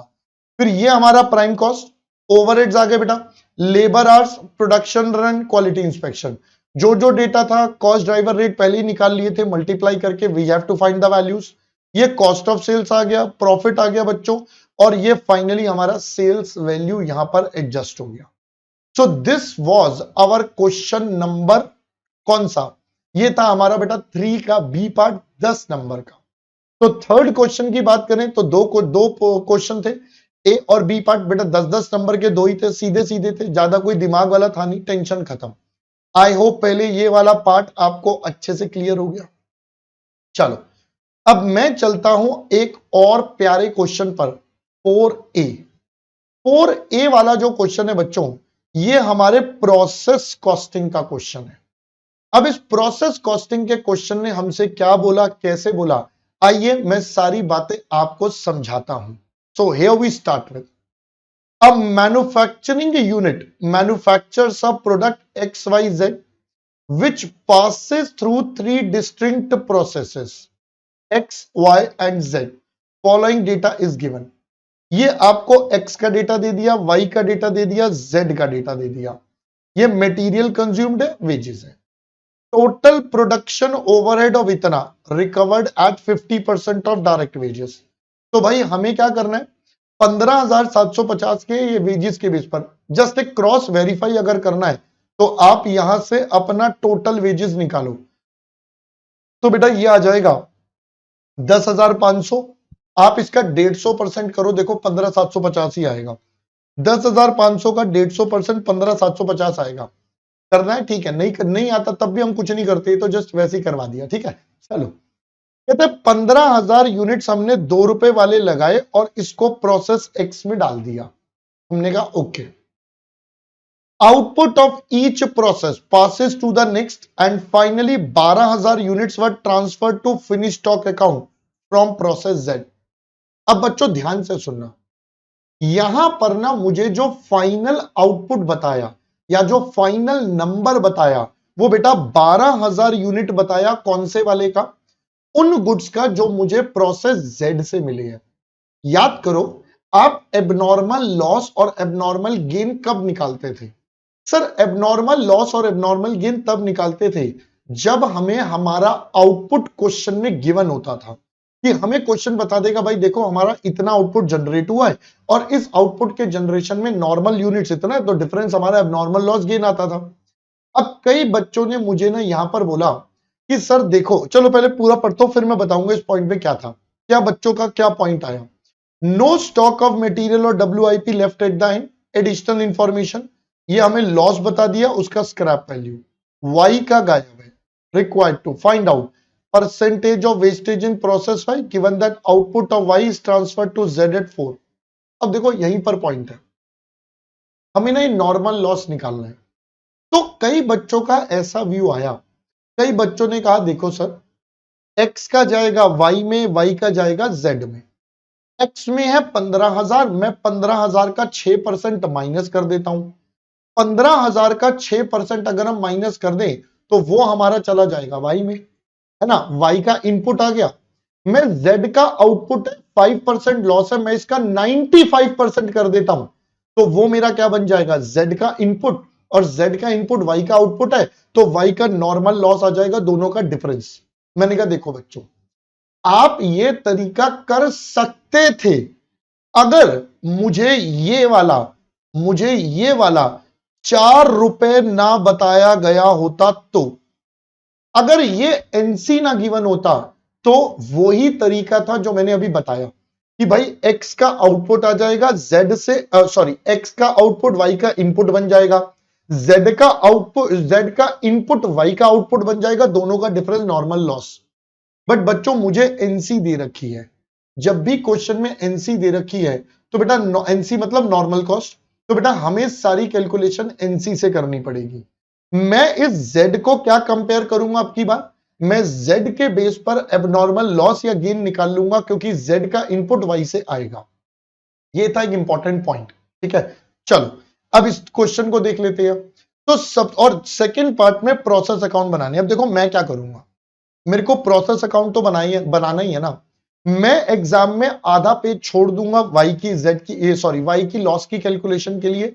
मैं पहले एक्स वाई जेड के प्रोसेस अकाउंट बनाने की कोशिश करूंगा। तो अगर मैं यहां पर चलूं तो ये देखिए बच्चों, मैंने सबसे पहले आपके लिए बनाया प्रोसेस एक्स का account. Here it is process x account. अगर एक्स की बात करें तो ये 15,000 ₹2 के हिसाब से, ये मटेरियल, ये लेबर, ये 150% ऑफ ओवरहेड्स। अब नॉर्मल लॉस इसमें इनपुट का 6% है 1.10 का, ये देखिए 6% 1.10, ये आ गया 900 और 990। इतना करने के बाद अपनी एनसी निकालेंगे हम, तो ये मेरी total cost, scrap value, total unit scrap, ये आ गया 2.95106। अब क्वेश्चन ने मुझे बताया नहीं कि एक्स में आउटपुट बना कितना, तो बेटा हम यही मान के चलेंगे कि there are no abnormal loss और abnormal gain and the entire amount is being transferred to process Y. तो ये हमने बेटा सारे के सारे यूनिट्स अपने प्रोसेस वाई में ट्रांसफर कर दिए, यानी कि प्रोसेस वाई का ये इनपुट हो गया और ये इसकी कॉस्ट है। इसमें भी मटेरियल लगा, लेबर लगा, ओवरहेड्स लगे, ये सारे मिलाकर मेरी प्रोसेस वाई की कॉस्ट हो गई। राइट, अब देखो बेटा कैसे करेंगे। अब हम आएंगे अपने वर्किंग नोट पर। मैंने मान लिया कि लॉस की यूनिट्स जो हैं वो वाई होंगी। अब मुझे पता है बेटा एनसी कैसे, total cost, scrap value, units, normal loss. ये हो जाएगा 52,610, प्रोसेस अकाउंट से बना दिया। ये बेटा 2y कर दिया क्योंकि यहां पर स्क्रैप का रेट बच्चों 2 रुपए है। We have a 2 rupees scrap का रेट, तो यहां पर 2 रुपए आ गया, 14,100 माइनस वाई हो गया। अब मैं अगर इसको इक्वेट कर लूंगा तो यहां y आता है 1895, तो नॉर्मल लॉस की परसेंटेज आ गई इट इज 13.44। देखो बेटा मैं फिर से बता रहा हूं, एक ऑल्टरनेटिव और क्या था। अगर मैं एक ऑल्टरनेटिव और की बात करूं तो एक ऑल्टरनेटिव मेरे पास ये था, सर मेरे पास x है, मेरे पास y है, मेरे पास z है, मेरे पास इनपुट होगा, मेरे पास लॉस होगा और मेरे पास आउटपुट होगा। तो यहां पर हम कहेंगे x का इनपुट था 15,000, 6% यानी कि 900 चला गया 14,100। ये बच्चों इस पे क्या बन जाएगा, सर ये इसका यहां पर इनपुट आ जाएगा। सर z का आउटपुट है 12,000, लॉस है 5%, तो बेटा ये हो जाएगा 12,000 डिवाइडेड बाय 95%। तो अगर हम 12,000 डिवाइडेड बाय 95% कर दें, ये आता है 12632 कर लेते हैं राउंड ऑफ करके। तो बेटा ये वाली वैल्यू मेरी यहां पर आ जाएगी 12632। अब यहां से मेरा डिफरेंस निकल आएगा 14,100 माइनस 12632, तो ये आता है 1468। एक तरीका ये था, बट मैं इस तरीके को फिर से बोल रहा हूं रिकमेंड नहीं करूंगा। क्यों? क्योंकि मुझे बेटा ये एनसी गिवन है, मुझे ये 4 रुपए वाली वैल्यू गिवन है। अगर ये 4 रुपए वाली वैल्यू ना गिवन होती तो जो मैंने ऊपर करा वो बिल्कुल सही हो जाता, फिर मुझे कहीं कोई दिक्कत नहीं थी। बट सिंस मुझे ये 4 रुपए वाली वैल्यू गिवन है तो बेटा मुझे इसी तरीके से करना ज्यादा बेटर ऑप्शन है। आई होप पहले आप सबको मेरी ये बात समझ में आ गई कि हमने ये वाले तरीके से क्यों करा। अब इससे क्या होगा, 14,100 मेरा यहां पर वैल्यू बढ़ गई, ये वैल्यू भी चेंज हो गई, ये वैल्यू बदल गई। तो अब यहां पर एक तो मेरा नॉर्मल लॉस रहेगा, साथ साथ मेरा यहां पर एबनॉर्मल लॉस या गेन जो भी केस होगा वो मैं और अपने Z में एज अ बैलेंसिंग फिगर निकाल लूंगा। तो I have both the options, I can go for this NC वाला also, I can go for this also, but this is most preferred in the current scenario. Got it? चलो अब आगे बढ़ते हैं बेटा। ये हमारा लॉस आ गया 1895 यूनिट्स, तो लीजिए बेटा। तो ये अब हमने अपने आंसर को कंप्लीट कर लेते हैं 1895, और इसको वैल्यू कितने पर करना है, सर वैल्यू करना है 2 पर, तो ट्वाइस हो गया 3790। अब जो बच गया वो सारा Z में चला जाएगा क्योंकि आउटपुट तो यहां भी नहीं बताया, तो 12,205। अब बेटा Z की बात करें, ओहो अच्छा ये Z है भाई, हाँ ये Z की बात करें तो बेटा यहां पर आ गया, पहले तो Y से अकाउंट से आ गया, मैंने कॉपी पेस्ट मार दिया था ना, इस वजह से चेंज नहीं करा। हाँ तो बेटा ये सबसे पहले तो Z से आ गया, Y से आ गया 12,205, फिर मटेरियल लेबर ओवरहेड्स, फिर यहां पर नॉर्मल लॉस लगा दिया, एनसी निकाला भाई। अब एनसी निकाला, एनसी में आउटपुट आ रहा है 11,595, जबकि क्वेश्चन में बोला था 12,000, तो इसका मतलब we have our abnormal gain. अब की बार एबनॉर्मल गेन आ गया, वैल्यू करेंगे बेटा एनसी पर, दैट इज इस रेट पर, ये भी आ गया। तो ये हमारा प्रोसेस जेड अकाउंट भी कंप्लीट हो गया। बहुत ही प्यारा क्वेश्चन।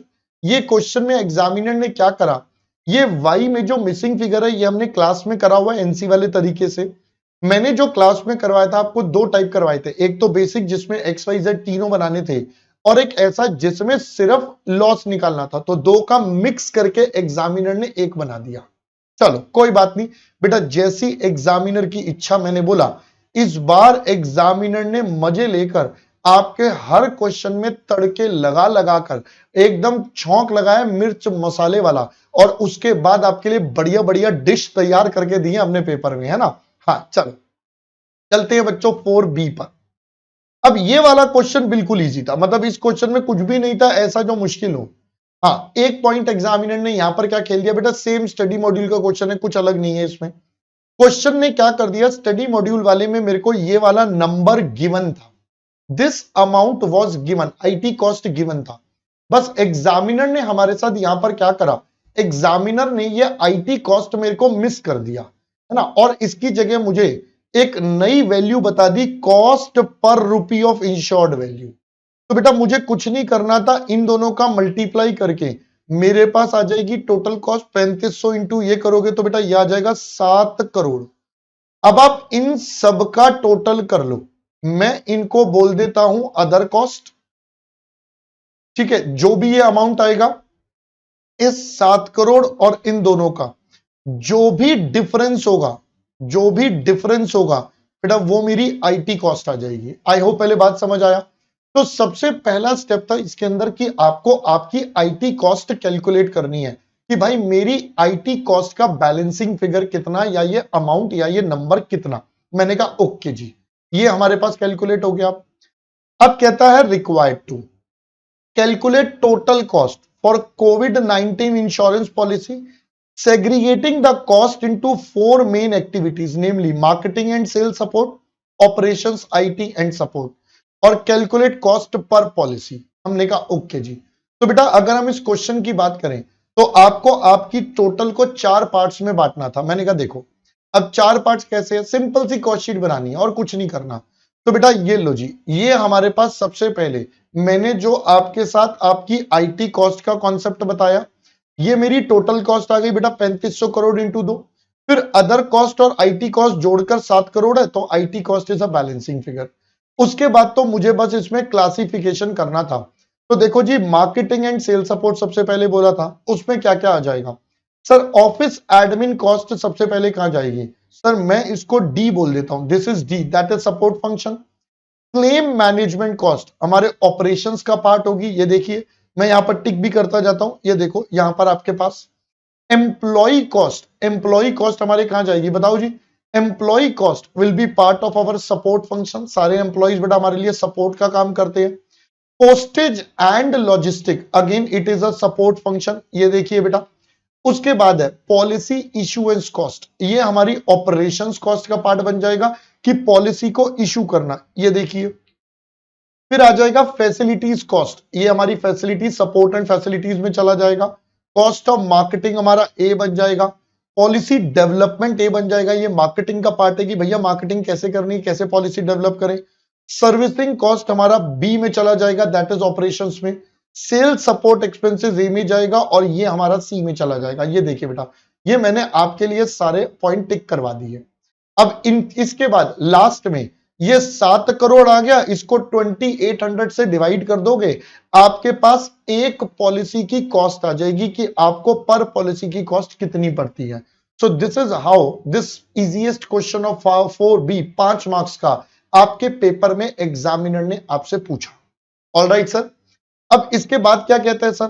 सर इसके बाद हमारे पास एक कॉन्ट्रैक्ट कॉस्टिंग का क्वेश्चन दिया एग्जामिनर ने। तो बहुत ही बेसिक सा क्वेश्चन था ये, बहुत ही टुच्चा सा, मतलब जिसे टुच्चा भी कहना इसमें ना शर्म वाली बात है भाई। इतना बेसिक कि जो अपन बेसिक कॉन्सेप्ट पढ़ते हैं ना फर्स्ट और सेकंड क्लास में, वही सारे पॉइंट एग्जामिनर ने पूछे। आइए देखते हैं। Brick construction limited commenced a contract on 1 April. Contract was for 10 lakh. The following information relates to the contract as on 31st March. Value of work completed up to 28 February certified by the architect, and a matter of policy contracted has retained 130 as retention money, which is 20% of the certified work and paid the balance. तो पहले तो बच्चों आप मुझे बताओ, हमारे कॉन्ट्रैक्टी ने 1,30,000 रुपए बचा लिए जो 20% ऑफ वर्क सर्टिफाइड है। तो बच्चा लोग मुझे बताओ, क्या मैं अपना वर्क सर्टिफाइड निकाल लूं? यानी कि आई वुड से ये 1,30,000 is representing 20% of the value, तो ये आ जाता है 6,50,000। इसका मतलब हमारा कैश रिसीव्ड कितना होगा सर? 6,50,000 का वैल्यू वर्क सर्टिफाइड है, 1,30,000 उसने बचा लिया, तो 5,20,000 उसने हमें पे कर दिए होंगे। आगे आगे हमसे कहता है cost of work completed subsequent to the architect certificate was 30,000। ये मेरा बच्चों WUC बन गया, ये अनसर्टिफाइड हो गया। एक्सपेंडिचर इनकर्ड रिलेटेड टू, अब ये पॉइंट था यहां पर ध्यान से देखने वाला, material purchase, wages and other chargeable expenses were इतना। 3 कैटेगरी उसने बोली, मटेरियल परचेज करा, वेजेस लिया, other chargeable. Material of the value of 20,000 lying on the site. बताओ, हमने इससे पहले कंसीडर करा मटेरियल परचेज, अब जो मटेरियल यूज ही नहीं हुआ उसे तो कंसीडर करना नहीं है, तो ये इसमें से माइनस करना पड़ेगा। तो अब हम यहां पर निकालें कि हमारी कॉस्ट टिल डेट कितनी, तो 5,10,000 का खर्चा हुआ, इसमें से 20,000 तो मेरी साइड पर पड़ा हुआ है, तो बेटा वो तो माइनस कर दो क्योंकि उसके पैसे तो मिलने नहीं वाले। आगे, a special plant was purchased specifically for this contract at 40,000 and after use इतना इट वॉज वैल्यूड एट 25,000। तो बेटा इसमें डेप्रीसिएशन जुड़ जाएगा हमारा, डेप्रीसिएशन हो जाएगा 40,000 माइनस 25,000। तो ये अगर मैं टोटल कर लूं मेरी कॉस्टिल डेट आ जाएगी। तो अगर मैं इसका टोटल करूं तो ये मेरे पास आ जाता है 5,05,000। लो जी, 5,05,000 का अमाउंट आ गया। Required to compute work certified निकाल दिया, कैश रिसीव निकाल दिया, नोशनल प्रॉफिट। तो बस भाई बच्चों नोशनल प्रॉफिट वाज द, एक और स्टेप कर देते हैं। तो बताओ जी नोशनल प्रॉफिट कितना। तो सर अगर हम यहां पर देखें तो हमारा नोशनल प्रॉफिट जो है वो क्या हो जाएगा sir, WC plus WUC minus cost till date. Simple, ये कॉन्सेप्ट मैंने आपको पहले ही सिखा रखी है क्लास में। ये है बच्चों 650, ये है 30,000, ये है 5,05,000। ये मेरा नोशनल प्रॉफिट आ गया, कहानी खत्म। तो अगर हम इसको कैलकुलेट कर ले ये आ जाता है 1,75,000। लो जी, ये 3 पार्ट्स में हमारा आंसर डन। यही हमारा आंसर था 5 नंबर का। ये देखो जी वर्क सर्टिफाइड, ये हमारा कैश रिसीव्ड आ गया 5,20, ये कॉस्टिल डेट आ गई वही जो मैंने अभी कैलकुलेशन आपको बताई, और ये नोशनल प्रॉफिट 1,75। खत्म, कुछ था ही नहीं, बहुत सिंपल सा एकदम इजी आउट क्वेश्चन था। All right sir, let's move on. तो यहां पर हमारा फोर्थ क्वेश्चन पूरा 20 नंबर का कंप्लीट हुआ। चलते हैं हमारे फिफ्थ क्वेश्चन की तरफ। बच्चों फिफ्थ क्वेश्चन ये रहा हमारे पास, स्टैंडर्ड कॉस्टिंग का क्वेश्चन, क्लास का क्वेश्चन, बट इसमें एग्जामिनर ने छोटा सा लगा दिया तड़का। क्या भाई देखो, ये लेबर वेरिएंस का क्वेश्चन है और एग्जामिनर ने एक छोटा सा तड़का लगाया। क्या लगाया सर तड़का? मैंने कहा आइए मैं समझाता हूं। तो बेटा अगर मैं आपके साथ इस तड़के को समझूं तो कुछ तड़का हमारा इस प्रकार है। Standard output of a product is 25 units per hour in a manufacturing department of a company employing 100 workers. In a 40-hour week, department produced 960 units or 5% of the time paid was lost due to an abnormal reason. Hourly wage rate actually paid were itna, itna and itna. To group A consisting itna, group B itna and group C itna. Standard wage rate per hour is same for all the workers. जो हमारी book में question है बेटा उसमें ये standard wage rate given था, यहां given नहीं है क्योंकि यहां पर आपको लेबर एफिशिएंसी वेरिएंस दे दिया। तो यही एग्जामिनर ने लगा दिया तड़का, आपको 240 का फेवरेबल वेरिएंस दे दिया और आपसे ये सारे वेरिएंस पूछ रहा है 10 नंबर का क्वेश्चन पेपर में। तो बेटा अब मुझे क्या करना पड़ेगा सर, मुझे सबसे पहले एलईवी को सॉल्व करना पड़ेगा। एलईवी से मैं अपना स्टैंडर्ड रेट निकालूंगा। अब उसके लिए मुझे क्या करना पड़ेगा सर, दिमाग लगाना पड़ेगा थोड़ा सा। मैंने कहा कैसे सर, एलईवी हमारे पास क्या होता है, कितने आवर्स में काम होना चाहिए था, कितने आवर्स में काम हुआ, प्राइस रिस्पॉन्सिबिलिटी हमारी नहीं है, आप इसको स्टैंडर्ड रेट बोलोगे। अब एलईवी कितना है, एलईवी तो दे दिया 240 फेवरेबल। अब स्टैंडर्ड आवर्स, बेटा देखो स्टैंडर्ड आवर्स में मेन था यहां पर 25 यूनिट बनते हैं एक घंटे में 100 वर्कर्स के साथ। तो बेटा यानी कि यहां पर हमें कुछ इस प्रकार से करना था, यानी कि एम्प्लॉई आवर्स और यूनिट्स। तो यहां पर हम कहेंगे एक घंटे में 100 वर्कर काम कर कर 25 बनाते हैं, तो 1 यूनिट में यानी कि लगेंगे 4 एम्प्लॉई आवर्स। तो अगर हम स्टैंडर्ड की बात करें, आउटपुट बना है 960 का, तो ये हो जाएगा 960 इंटू 4। एक्चुअल आवर्स बेटा क्या करोगे, आपके पास 10 वर्कर हैं, 30 वर्कर्स हैं और ये 60 हैं, इन सब ने 40 आवर्स काम करा बट 5% तो खराब हो गए। तो हम क्या करेंगे 10 प्लस 30 प्लस 60 और इसको मल्टीप्लाई कर देंगे 40 माइनस 5% और इनटू कर दो स्टैंडर्ड रेट। तो आपके पास बेटा क्या निकल कर आ जाएगा, यहां से आप स्टैंडर्ड रेट निकाल सकते हो जो आ जाएगा 6 रुपए। अब जो हमारी बुक में क्वेश्चन है उसमें भी सेम ही नंबर है, स्टैंडर्ड रेट बेटा उसमें भी 6 रुपए ही है, एग्जैक्टली सेम है। तो यही हमारा सेम बेटा स्टैंडर्ड रेट आ गया 6 रुपए का। ऑल राइट सर, ये हमारा स्टैंडर्ड रेट बन गया सबसे पहले 6 रुपए का। ये देखिए अब मैं आपको इसका सॉल्यूशन भी यहां पर शेयर कर देता हूं। ये देखिए बच्चों, सबसे पहले हमारे पास हमने एलईवी को सॉल्व करा, स्टैंडर्ड आवर्स, एक्चुअल आवर्स, ये हमने पूरा कॉन्सेप्ट आपके साथ क्लास में करा हुआ है। तो ये हमारा बेटा हमने बैलेंसिंग फिगर निकाल लिया स्टैंडर्ड रेट। अब हमारी स्टैंडर्ड की टेबल 960 यूनिट्स के लिए, ये हमारे स्टैंडर्ड आवर्स रेट हो गया, ये अमाउंट हो गया। फिर एक्चुअल का डेटा, एक्चुअल में बेटा ये 960 है। हाँ, ये मैंने बुक वाला क्वेश्चन कॉपी करा है ना, तो वहां से गड़बड़ हो गई है, चलो कोई नहीं। तो ये 960 यूनिट्स का डेटा बेटा जो हमारे पास है। तो वर्कर्स की बात करें, ये 3 तरीके के वर्कर्स, ये उनके आवर्स पे, वेज रेट, वेजेस आ गई जो उनको एक्चुअली में पे करा, ये आइडल आवर्स और ये आवर्स वर्कड। अब हम इसके बाद अपने वेरिएंसेस निकालेंगे, क्या होना चाहिए था वर्सेस क्या हो गया। तो 23,040, 23,360 बेटा ये हमारा स्टैंडर्ड है और ये हमारा एक्चुअल है, तो ये आता है 320 एडवर्स। फिर रेट वेरिएंस आ गया बेटा, लो जी ये सब क्लास में करवाए हुए मैंने पूरे के पूरे टॉपिक, ये 640। अब ये गैंग वेरिएंस क्या होता है बेटा, गैंग मतलब मिक्स हो गया ना, गैंग मतलब सारे ग्रुप में कैसे काम कर रहे हैं। अब सर देखो यहां पर क्या है, गैंग वेरिएंस में एक प्रॉब्लम है। गैंग वेरिएंस निकालते हुए मुझे चाहिए होता है स्टैंडर्ड रेशो, कि हमारे वर्कर्स ने कितने रेशो में काम करना चाहिए था। अब स्टैंडर्ड में तो मुझे कोई रेशो ही नहीं given, we are not given with any ratio. तो मैंने कहा क्या करें, तो मैंने कहा देखो भाई आरएसएच निकलता कैसे था। सर आरएसएच निकलता था on the basis of actual hours. अब भाई मुझे यहां ब्रेकअप तो दे नहीं रखा, बट एग्जामिनर कह रहा है नहीं भाई साहब आपको तो ये निकालना ही है। तो मैंने कहा ठीक है भाई, मैं आरएसएच को और एक्चुअल आवर्स को सेम कर देता हूं। भाई ये वर्कड के बेस पर निकलता है, हमने भी वर्कड पर निकाल दिया। हमने कहा इसको रेशो में बांटते हैं ना, अब रेशो गिवन नहीं है, कुछ कर नहीं सकते, तो ये टेक्निकली 0 ही आएगा। Got it. बट अब क्वेश्चन ने बोला है, so I have to solve it. एक है yield variance, actual yield, standard yield, standard cost per unit of output.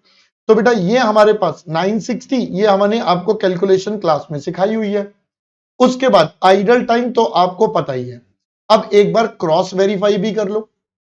Cross verify कैसे सर, मैंने कहा देखो जी लेबर कॉस्ट वेरिएंस कैसे होता था sir, LRV plus LEV plus idle time. तो अगर एलआरवी की बात करें ये है 640 फेवरेबल, एलईवी की बात करें वो था बेटा 240 फेवरेबल, ये है 1200 एडवर्स। तो अगर मैं यहां से कैलकुलेट करूं तो ये आ जाएगा 320 एडवर्स।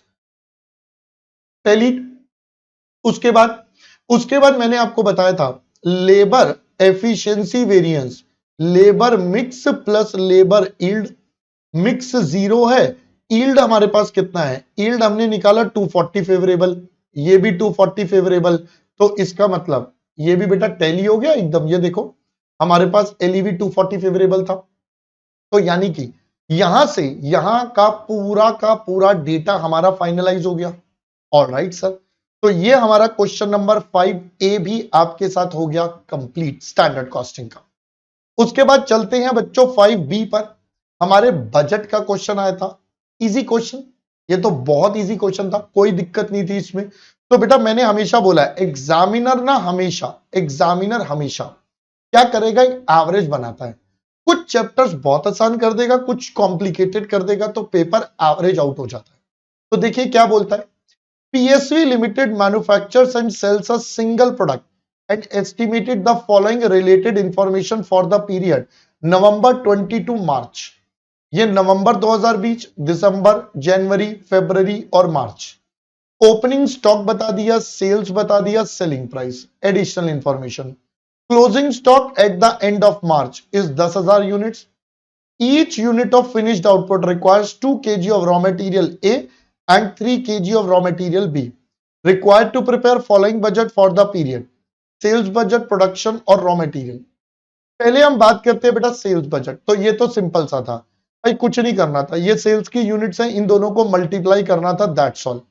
इन दोनों को मल्टीप्लाई करके आपको अपना सेल्स का अमाउंट निकालना था। तो ये देखिए बच्चों बहुत ही सिंपल सा पार्ट था इसमें। तो ये सबसे पहला बच्चों सेल्स बजट हमारे पास, ये लो सेल्स बजट। इसमें क्या करना था, सेल्स की यूनिट्स क्वेश्चन में गिवन है, सेलिंग प्राइस है, मल्टीप्लाई किया, सीधा सेल्स वैल्यू, ज्यादा दिमाग ही नहीं लगाया। फिर अगले में बोला था प्रोडक्शन, अब प्रोडक्शन में ओपनिंग क्लोजिंग एडजस्ट करना है, दैट्स ऑल। तो सेल्स है ऐड क्लोजिंग माइनस ओपनिंग, ये प्रोडक्शन। अब देखो ओपनिंग हमें सब जगह का गिवन है, तो ओपनिंग हमने अब की बार सबसे पहले कॉपी पेस्ट कर लिया। फिर आप सोचो, ये अब की बार इधर जाएगा, ये इधर का क्लोजिंग, ये इसका क्लोजिंग और ये इसका क्लोजिंग। ये 10,000 मुझे क्वेश्चन ने बता दिया था, ये 10,000 की वैल्यू मुझे बेटा क्वेश्चन ने बता दी थी, तो मेरे पास ये पूरा का पूरा बजट रेडी हो गया। यूनिट्स हमें क्वेश्चन में गिवन थी सेल्स की, क्लोजिंग स्टॉक हमने ले लिया, ओपनिंग गिवन था, प्रोडक्शन। अब हमें रॉ मटेरियल कंजम्पशन बनाना है ए और बी के लिए, तो भाई ए का कंजम्पशन है 2 kg, इसका कंजम्पशन है 3 kg। तो भैया आपने कुछ नहीं करना था, एक बार 2 kg से मल्टीप्लाई करना था सबको, और एक बार अपनी प्रोडक्शन की जो यूनिट्स हैं उनको बच्चों 3 से मल्टीप्लाई करना था, बस। तो ये रॉ मटेरियल बी का बजट, ये रॉ मटेरियल ए का बजट, तो ये आपके पास पूरा का पूरा बजट का 10 नंबर का क्वेश्चन। और मैं अगर सच्ची सच्ची बोलूं तो मुश्किल से 5 मिनट भी नहीं लगने थे, और ये पूरा क्वेश्चन आपके पास कंप्लीट था। बहुत ही सिंपल क्वेश्चन था आपके पेपर का जो आपके सामने है। आई होप पहले बात समझ आ गई है ना। चलो यहां पर आकर हमारे प्रैक्टिकल क्वेश्चंस तो जितने थे वो सब कंप्लीट कर लिए। सर अब थोड़ी थ्योरेटिकल बातें कर ले।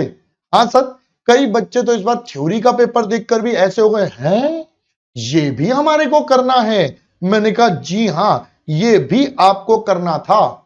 तो आइए जरा देखते हैं हमारे इस वाले वर्जन पर, प्रैक्टिकल वर्जन पर क्या क्या आया। सबसे पहले क्वेश्चन ने बोला answer any 4 of the following. 5 question थे, 5 में से 4 करने थे। सबसे आसान क्वेश्चन था ये पहला वाला, रिस्पॉन्सिबिलिटी सेंटर बताने थे। तो बच्चों अगर आपको याद हो, रिस्पॉन्सिबिलिटी जो सेंटर है वो 4 होते थे। पहला होता था जिसको अपन बोलते हैं कॉस्ट सेंटर, एक होता था जिसको हम बोलते हैं रेवेन्यू सेंटर, फिर तीसरा होता था जिसको हम बोलते हैं प्रॉफिट सेंटर, और चौथा होता था जिसको हम बोलते हैं इन्वेस्टमेंट सेंटर। ये चारों मैंने आपको क्लास में बहुत अच्छे से समझाए हैं। अब देखिए ये चारों के ऊपर ही क्वेश्चन आ गया। कहता है पहला है डिपार्टमेंट जिसका जो काम करेगा परचेज ऑफ बॉन्ड, स्टॉक और रियल एस्टेट प्रॉपर्टी। बेटा जब ये इन सब चीजों से बात कर रहा है तो ये क्या है, ये इन्वेस्टमेंट कर रहा है सारी की सारी, रियल एस्टेट में, स्टॉक्स में, बॉन्ड्स में, तो ये आपका बन जाएगा investment centre. Ticket counter and railway station, बेटा टिकट काउंटर क्या करता है, टिकट बेचता है। टिकट बेचना is a revenue for the organisation. Decentralised branches of an organisation, आपने अपनी कंपनी के अंदर अलग अलग ब्रांचेस बना दी हैं, तो बेटा जब आपने ब्रांचेस बना दी हैं तो ये आपका क्या बन जाएगा सर, ये आपका एज अ प्रॉफिट सेंटर देखा जाएगा कि भाई आपको हर ब्रांच से प्रॉफिट कमाना है। मैंने एग्जांपल भी दिया था बैंक की ब्रांच का, यहां पर Maharatna, Navratna, Miniratna, public sector undertakings of central government. अब बताओ बेटा सेंट्रल गवर्नमेंट ने इन सब में क्या लगा रखा है, अपनी इन्वेस्टमेंट कर रखी है। अब सेंट्रल गवर्नमेंट रोज रोज तो इनको देखती नहीं है कि भाई ये कंपनी कैसा कर रही है, ये कंपनी कैसा कर रही है ना, उनका काम है रिटर्न अच्छा मिल रहा है, तभी तो उन्होंने उसको महारत्न नवरत्न की कैटेगरी में डाला हुआ है। तो बेटा ये हमारी इन्वेस्टमेंट सेंटर है। Sales department of an organisation is always a revenue centre. तो ये एक बढ़िया क्वेश्चन, जिन बच्चों ने मेरे साथ रिस्पॉन्सिबिलिटी सेंटर अच्छे से करा है उन्हें बहुत अच्छे से आता है ये क्वेश्चन। अगला अगला हमें क्वेश्चन ने बोला है कि भाई what is margin of safety. ये मार्जिन ऑफ सेफ्टी क्या है, what does a large margin of safety indicates, how can you calculate. अब बेटा मार्जिन ऑफ सेफ्टी आपको पता ही है, ये सारा हमने क्लास में बहुत अच्छे से करा हुआ है। देखो बेटा ये जो थ्योरी है ना, मैं इसको बोलता हूं ये प्रैक्टिकल बेस्ड थ्योरी है। प्रैक्टिकल बेस्ड मतलब सर यहां पर ना जो हमने प्रैक्टिकल में पढ़ा हुआ है वही थ्योरी में आया है। देखो मैं आपको यहां दिखा भी देता हूं, मैंने आपके लिए थ्योरी के आंसर्स भी बना दिए हैं सारे। ये देखिए ये हमारा पहला क्वेश्चन था जो अपर पेपर में आया, इन्वेस्टमेंट सेंटर, रेवेन्यू, प्रॉफिट, और ये सारे हमने जो भी लिखे। फिर और बात करें तो ये देखो बेटा हमारा मार्जिन ऑफ सेफ्टी। तो मार्जिन ऑफ सेफ्टी हमने क्लास में पूरा का पूरा करा हुआ है। तो मार्जिन ऑफ सेफ्टी का मतलब क्या है, डिफरेंस बिटवीन, ये क्या था, difference between actual sale at break even, ठीक है, and break even sale, okay. अब size of margin of safety indicate soundness of business, जितना ये ज्यादा होगा business can still make profit after a serious fall in sales. एक एक चीज आपको क्लास में समझाई हुई है, ठीक है। और ये मार्जिन ऑफ सेफ्टी निकालने के मैंने दो छोटे से फॉर्मूले दे भी दिए कि भाई इस तरीके से आप मार्जिन ऑफ सेफ्टी निकाल भी सकते हो। ऑलराइट, फिर इसके बाद हमारे पास इसी में से देख लेते बेटा, अगला क्वेश्चन आया रोवान का। तो कहता है रोवान प्रीमियम जो प्लान है does not motivate a highly efficient worker as a less efficient worker and a highly can obtain same bonus, discuss with an example. बेटा रोवान कहता था कि भैया मैं तो आपको रेशो में दूंगा बोनस जो भी दूंगा, तो यहां पर वो रेशो मैक्सिमम कब होता था, वो मैक्सिमम होता था, हमने ये प्रैक्टिकली करा था, जब time saved is equal to time allowed या स्टैंडर्ड टाइम का 50% होता था, है ना। जब actual time is 50%, sorry actual time is 50% of time saved या allowed, sorry actual time is 50% of time allowed या स्टैंडर्ड टाइम, तो आपकी कंडीशन आती थी सर क्या हो गया आपको लास्ट में आके क्या कर रहे हो, मैंने कहा कोई नहीं हो जाता कभी कभी, है ना। हाँ, ये हमने डेरिवेशन भी क्लास में करा हुआ है बेटा पूरा का पूरा, बस अब मुझे उसे नंबर्स में देना था, तो मैंने एक एग्जांपल ले लिया अपनी मर्जी से, भाई स्टैंडर्ड टाइम 5 है, टाइम है 10 रुपए, टाइम 10 रेट है 10 रुपए, 3 वर्कर है एस के एम, 3 घंटे 2.5 घंटा 2 घंटे में काम करा, तो मैं अगर तीनों के बोनस की बात करूं तो बेटा एस को, के को, एम को इतना इतना बोनस मिलेगा। तो देखो एस ने सबसे लेट काम करा उसको भी बोनस 12 रुपए, एम ने सबसे जल्दी करा उसको भी बोनस 12 रुपए, दोनों को बराबर बोनस मिल रहा है, तो ये तो गलत है। यही तो रोमान के प्लान में प्रॉब्लम थी, और जो 50% लेवल पर काम करेगा उसे सबसे बढ़िया बोनस मिलेगा। So that is how the answer was to be presented. Alright sir, आगे क्या बोला था सर, एक हमारे पास बीओटी मॉडल का क्वेश्चन आ गया और टोल रेट कैसे निकालते हैं। क्लास में हमने बहुत अच्छे से ये पूरा डिस्कस करा हुआ है कि बीओटी मॉडल क्या होता है और टोल रेट कैसे निकालते हैं। तो बेटा ये हमारा बीओटी मॉडल और ये हमारा टोल रेट का पूरा एनालिसिस। लास्ट में आपसे पूछा वीईडी एनालिसिस। अब ये वीईडी एनालिसिस क्या होता है बच्चों, ये मैंने आपको बताया था वाइटल एसेंशियल डिजायरेबल, ये हमारे किसके लिए लगता है, स्पेयर पार्ट्स के लिए लगता है। ये जब मैंने आपके साथ थ्योरी का टॉपिक लिया था तो मैंने वहां पर ये पूरी की पूरी थ्योरी में आपको पूरा का पूरा टॉपिक कराया था, राइट। हाँ सर, तो बच्चों यहां पर आकर we are done with our पूरा का पूरा पेपर सॉल्यूशन। अब मैं आपसे ना 2 मिनट कुछ और बातें कर लेता हूं। क्या बातें सर, मैंने कहा सुनो बेटा, देखो जिन बच्चों का पेपर था अब उन्होंने ये पेपर देखा, सॉल्यूशंस देखे।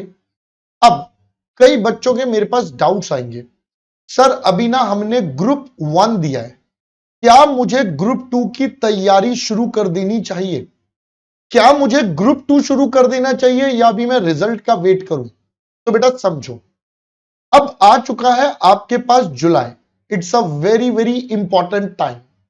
जुलाई भी ऑलमोस्ट अब एंड पर आ गया है, तो आपके पास टेक्निकली अगस्त सितंबर अक्टूबर सिर्फ 3 महीने बचे हैं। इन 3 महीनों में आपको आपका सारा का सारा कोर्स करना है, उसको अच्छे से करना है, रिवाइज करना है, सब कुछ करना है। वो कैसे करोगे, मैंने कहा देखो, जिन बच्चों को लगता है कि मेरे पास इस ग्रुप में पास और रीअपियर का जो रेशो है, जो इस रेशो है, मान लो ये 60 और 40 का है, जिन बच्चों को लगता है तो बेटा वो तो स्टार्ट ग्रुप 2। जिन बच्चों के साथ ये रेशो उल्टा चल रहा है 40-60 है, तो मैं उन्हें सजेस्ट करूंगा कि वो बेटा G1 की तैयारी करें और G2 आप नवंबर में मई 2022 में प्लान करें। क्या पहले मेरी बात समझ आ गई? ये एक बड़ा ही इंपॉर्टेंट पॉइंट है। क्यों सर? बेटा देखो, आप मानो या ना मानो, यहां पर अगर आपने G2 स्टार्ट करा, मैं उम्मीद कर रहा हूं, ध्यान से सुनना पहले मेरी बात, आपने G2 मान लो स्टार्ट कर भी दिया तो बेटा आपके साथ क्या होगा, मान लो आप इस कैटेगरी में चले जाते हो कि आपको रीअपियर वाली कैटेगरी आ रही है, तो बेटा पहले तो आपने G2 में जो टाइम लगाया वो खराब, उसके बाद जो G1 में, अब देखो क्योंकि एक्चुअली क्या हम जुलाई पर खड़े हैं, यही अगर हम मई के एंड पर होते तो my options would have been different, मेरा आंसर कुछ और होता यहां पर। फिर तो मैं कहता G2 की तैयारी शुरू कर भाई, बैठ मत, कोई बात नहीं, जो होगा बाद में देख लेंगे, अभी तो G2 तैयार कर। बट अब मैं अब जुलाई पे खड़ा हूं, जुलाई के 18-20 तारीख तक तो अपने पेपर ही है। पेपर कंप्लीट होने के बाद बेटा क्या होगा सर, हमारा रिजल्ट कब आएगा, ये एक बहुत बड़ा मैटर है।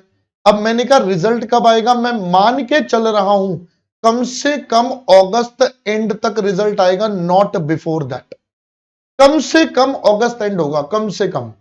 अगर अगस्त एंड तक आता है तो I am left with only September plus October. अब बच्चों बताओ, क्या मैं 2 महीने में फिर से जीवन दोबारा करके करूंगा? तो बेटा मेरे लिए ना बहुत टफ हो जाता है, actually even I would say बहुत ज्यादा चैलेंजिंग हो जाएगा, क्योंकि जो भी मेरी यहां पर कमियां रही होंगी उनको दोबारा से कवर अप करना 2 महीने में मेरे लिए चैलेंज बन जाएगा। ठीक है, क्योंकि मुझे रिवीजन भी करनी है अपने टॉपिक्स में, जहां जहां प्रॉब्लम है उनको स्ट्रांग भी करना है। तो इस वजह से मैं आपको यहां पर ये वाला ऑप्शन सजेस्ट कर रहा हूं। जिनको ये लगता है उनके लिए तो भैया G2 शुरू कर दो। और मैं आपको एक और बात बता दूं, आप में से हो सकता है कई बच्चों का ना कॉस्टिंग का पेपर उतना अच्छा ना गया हो सकता है। बेटा अब याद रखना, हमारा इंस्टीट्यूट ना बेटा स्केल अप और डाउन दोनों करता है।